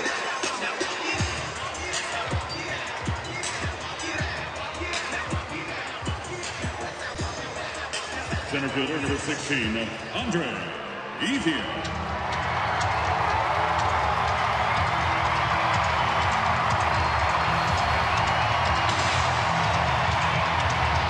Who remain making some noise.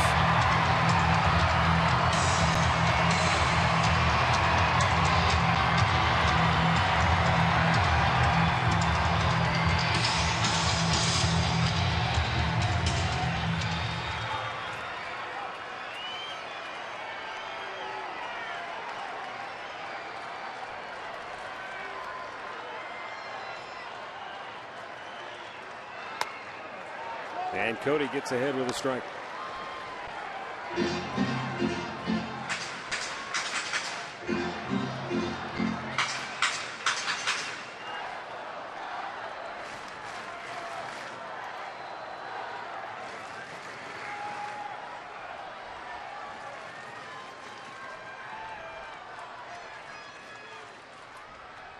Ethier fouling it right back. And now, again, the Dodgers down to their last strike.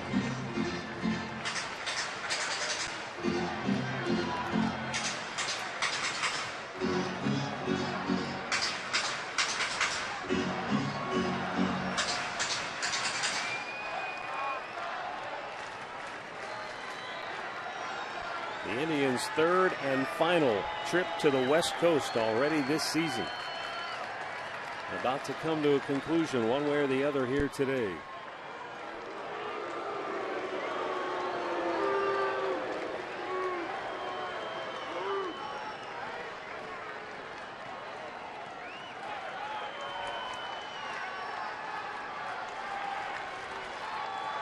And the 2-strike pitch is fouled back.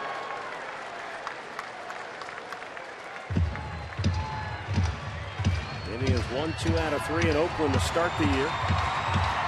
They came west again and were swept by both San Francisco and the Angels. And now this third trip, an 8-game affair, a split with Arizona, lost 2 out of 3 in Seattle, and 1 strike away from taking 2 out of 3 from the Dodgers. And the 2-strike pitch from Cody Allen. Up high.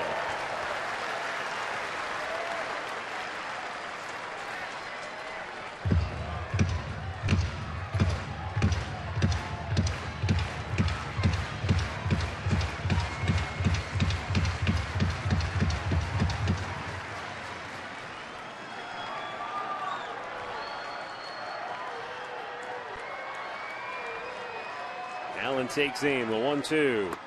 It's a little low. Trying to get him to chase the breaking ball. Ethier says no.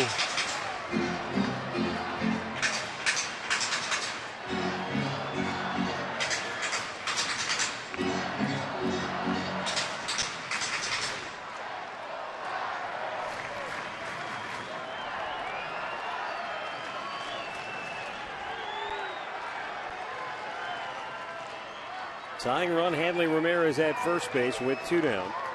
And the 2-2 pitch from Cody Allen is fouled away by Ethier.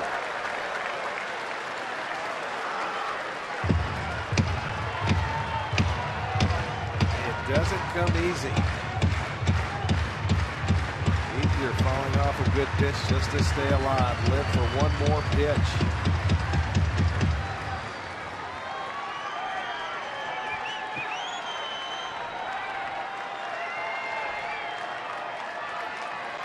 Cody Allen trying to notch his 8th save. Andre Ethier, the longest tenured position player on this Dodgers club in his 9th season, awaits the 2-2 pitch. And it's down and in, a full count. So now Hanley Ramirez will be off and running at first base. Drive outfield way deep in the outfield to cut anything off from getting into the gap, because that's their concern. A tying run at first.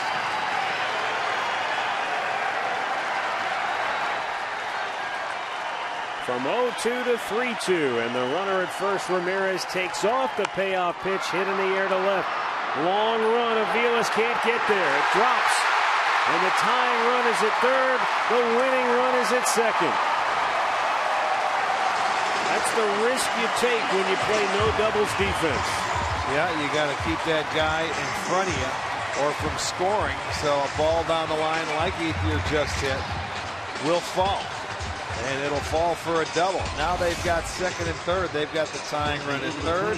He sliced that ball down the left field line. He didn't even know it was going to be fair. But you can see where Aviles started from. He had no chance of catching that ball. And a base hit could win the ball game. Out comes Mickey Callaway to have a talk with Cody Allen.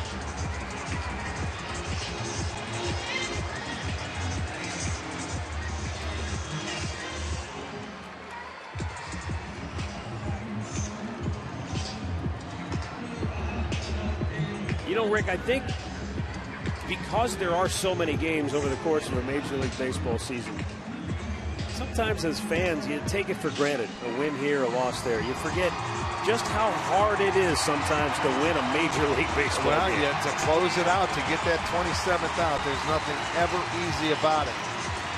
I mean, and it was a 2-out walk that kept it going. Ramirez got the walk. Eater was down in the count 0-2. He worked a full count. He gets a bloops in a double. And here we are, game on the line. Allen looking for a 4-out save. And Matt Kemp just 1 for 12 in the series, the batter, and he takes a strike. Kemp, the Dodgers cleanup man.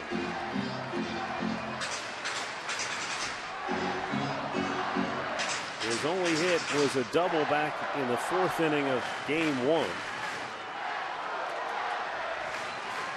But he's up with the game on the line now in the bottom of the 9th.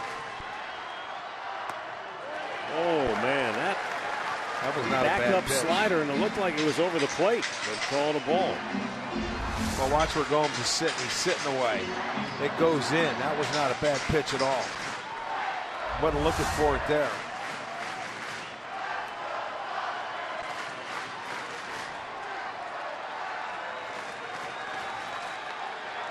A white knuckler here in LA. And a 1-1 pitch. Hit in the air, center field. Brantley cruising back, still back, makes the catch on the warning track to end it. And the Indians do indeed split the 8-game West Coast trip as they take the series from the Dodgers, winning it in come-from-behind fashion here today by a final score of 5-4. The Indians return home 41-43. The Dodgers fall to 48-39. The winner is Brian Shaw. He's 3-1. The save to Cody Allen, his 8th. Losing pitcher for the Dodgers is Brian Wilson, and he'll go 1-3 on the year. Time now for our key play of the game, brought to you by KeyBank. Well, after a couple of walks started the 8th inning, Micah Vilas gets an opportunity, and what does he do? He gets a base hit into right field that'll drive home a pair. That gives them a 5-3 lead. That was all they needed. A big hit from Aviles. It's our KeyBank Key Play of the Game, brought to you by KeyBank. So a big win for the Indians.